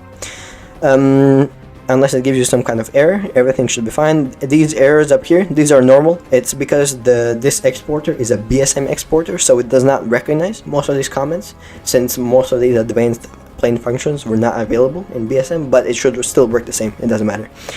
So click done in the top left, click done in the top window, and click X on this one. And there you go. Now, if you actually go into your export folder, and if you go into your import ready folder where you saved your scene, there should be a new folder called export. And there you go, ta-da, that's your brand new mmod file created. That's your model file that you're going to be putting it into BSP. And we are over the hardest part. What follows now is just showing you how to actually put your model properly into the game and the proper LUA setup. Alrighty, so now that you have your extracted mmod, now how do we actually put it into the game? So first things first, you want to get up your game folder, your BSP Team Wolfpack mod game folder. You're going to go into scripts, data tables, auto load, and you're going to launch this file, the vehicle classes.lua. So here in this file, every single class is listed with a corresponding class number, and in Team Wolfpack mod, and there are now these class denotations, so we know what is what by simply looking at them. So first things first, I am going to be importing a model that's already existing in the game, so I'm not going to be needing to create new classes or anything like that. If you're importing a model that's not in the game, a new class, you need to copy one of these classes and then assign a different number that's free, that's not already taken up by another class, and then you're going to change all of the names and everything in it. Anyways, it's going to be very simple here. The platforms, this is the weapons. All of these little entries right here, they reference the STC slots. So you can see this is STC slot 1, 2, 3, 4, and these are the bomb STC slots and so on. And in here, they are referencing the weapon type and device classes.lua. We do not need to change any of this right now because it actually matches the exact slot number we put on our actual P38. You can see we have 5 machine guns and 2 bombs. That's exactly how many we put it in the STC setup part, in the modeler part. The only thing that we need to change right here is this parts anim section. Now, you can have multiple types of animations. This one only has gears, but if you open up a plane that has, for example, wing animation, so for example the FRF Wildcat, you can see they have wings animations. And if you open up a different one, for example, let's see, maybe the TBF Avenger, you can also see that they also have bay door animations, stuff like that. So all of these you can add, you have to add over here before they actually function properly. So these are in seconds. All this is telling the game, it's telling the game that the landing gear animation runs from second 0 to second 5. So you need to make sure that you put the proper number of seconds here. So you need to open up your Lightwave layout and look at when the latest frame animation is present. So when is the latest animation frame in my entire model? So I believe it's the gear doors. It's at 160 frames. That's the latest animation keyframe there is. So what you need to do is, since BSP animations run at 30 frames per second, all you need to do is divide this number, whatever is the frame number, that's the latest, and divide it by 30. So you need to get up your calculator and do 160 in this case, and divide it by 30, which gives me 5.333. If you have a never-ending number like that, all you need to do is divide the second place decimal number up or down, depending on if it's higher or lower. So I'm going to do 5.34, like that. You need to be very precise here, because the animation needs to be precise. Alright, so this tells the game right now, the gear animation runs from second 0 to second 5.34. There you go. Everything else is good to go. All that we need to do right now is we need to go ahead and move our actual model file into the game, and the textures too. So go into Models, Planes, US, and then you're going to go ahead and move over the model file. So copy the file name so it's the same, and then you actually need to, if you're for importing planes, you actually need to have 2 exact copies of that one mmod, and you're going to name the second one whatever the name of the file is, and then underscore enemy. So BSP for some reason has 2 separate model files that it reads for every single plane, so make sure you have 2, and then you're going to move that and replace them. And then you're going to go into your textures folder, the textures high res from way back when we actually first started, when you created all of these DDS textures. You're going to select all of them and copy them into the BSP textures folder. And there you go. And now you can go ahead and launch the game. Alrighty, here we are, and just like with the ship importation tutorial, your first step should always be to look at your unit in the unit library first. So let's head over to Allied Planes. Let's find the P38 Lightning and click 3D view. And there it is. Wow, it looks much better than I actually expected. It looks really good for a custom model. Anyways, here's the model. It looks pretty darn good. Everything looks to be correctly placed on the plane. It looks like nothing is out of the ordinary. Yeah, everything looks pretty good. So if it loads up successfully in the 3D model viewer, you can actually go ahead and launch it in a mission. So a good place for these fighters is fighter duels. You're gonna go ahead and choose any map, click fighter, and just start it. It should become available right away. The P38 is not an unlock. And there you go. Let's choose the P38 Lightning. There it is. Spawn it, and there it is. Enemy air forces are inbound. It looks pretty cool, not gonna lie. Let's head over to the cockpit, and you can see if you click the middle mouse button, you can see that this is the cockpit. Again, it's not detailed, it's a custom made model, so it's not as detailed as the other ones that may be imported into the game. But it still looks pretty good. If you start firing the guns, you can see that the guns are actually firing. And you can see that the pilot right now is in the cockpit, but when we switch over to the actual cockpit view, the pilot is not here, he would just be in the way. And there you go, the propellers appear to be spinning properly. And yeah, everything looks pretty good. I'm gonna just try to spawn it with the bomb base, but you can see something is incorrect here. You can see this is what happens if your door animations are not proper. You can see that my doors are slightly open. So let's go fix that really quick. Captain, so you are... that means, all that means is I did not put the proper number on the parts animation. So the game thinks that the doors are closed all the way, but they are actually not, because I probably put a wrong number in here. Let's see. So the doors close at frame 160. So let's open up the calculator again. Did I make a miscalculation maybe? 160 divided by 30. 5.34. Interesting. Did I not close all the way? Interesting. Well, if that's the case, what you can always do is you can actually just increment this number by a big number. So let's try 6. Let's try 6, and in order to reload the vehicle classes, all you need to do is just exit out of the mission and boot the mission up again. So let's try fighter, and this time we're actually going to try and spawn it with bombs. So you can actually see that we actually put the bomb coordinates. Alright, so here's the P-38, and let's spawn it with the bombs. You can see that Enemy air forces are inbound. the same SDC slots we put on the model are where the bombs are spawning now. Of course, this model has no pilot, so it looks kind of weird. But there you go. Now you can see that the landing gears are actually up all the way. So I'm not sure why the game did that, but again, this game is really old, so it has some weird quirks like that. But again, this cockpit looks pretty alright. It's actually, the model looks much better than I actually thought it was. But yeah, this is the cockpit view. You have that working. You have everything else should be working. So now your engine should catch on fire. Let me try shooting down one of my squadron members over here. And there you can see one of the engines caught fire. One of the engines caught fire before it burnt out. And your wings should be snapping off sometimes. Everything should be working like that.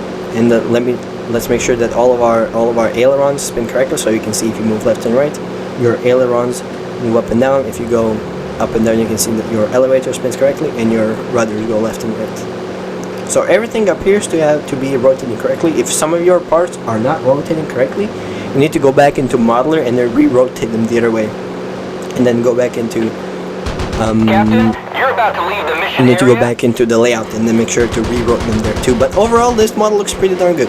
Not gonna lie. Mayday, we're going down. Looks pretty darn good. We nailed them. Enemy squadron destroyed. Alrighty, and what I will do right now is I will actually really quickly go ahead and test the landing gear animations, and let's see if 6 seconds, that's the number we put in the landing gear animation. Let's see if 6 seconds is good enough. So let's try and land on this airfield so we can see the landing gear animations. There we go, they are opening up. Just like that. So now let's take off again, so they start retracting.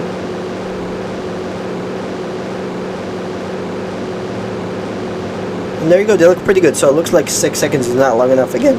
If your landing gears are going all the way up, then this probably means that you need to make the number of seconds bigger. Not really sure why that didn't work. Usually the divide by 30 trick usually worked. It worked for every single plane so far except for this one. So yeah, I don't know what the deal is, but usually try messing with the numbers a little bit. Anyways, yeah, that's it for the landing gears.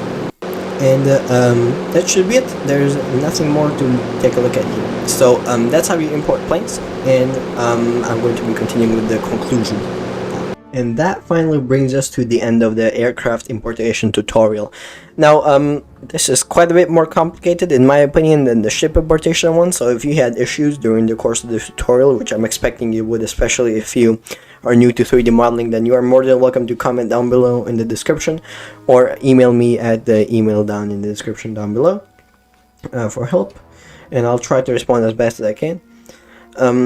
But yeah, this is it for the majority of the importation tutorials. I'm probably not going to do another one because there's really nothing else to cover. Maybe terrain importation, although I doubt I'll have time. But yeah, again, if you have any issues, feel free to comment down below, and that will be that for the aircraft importation tutorial. I hope you found it useful, and I hope you actually managed to do something with your importations. And with that being said, have a good rest of your day, and I'll see you in the next video.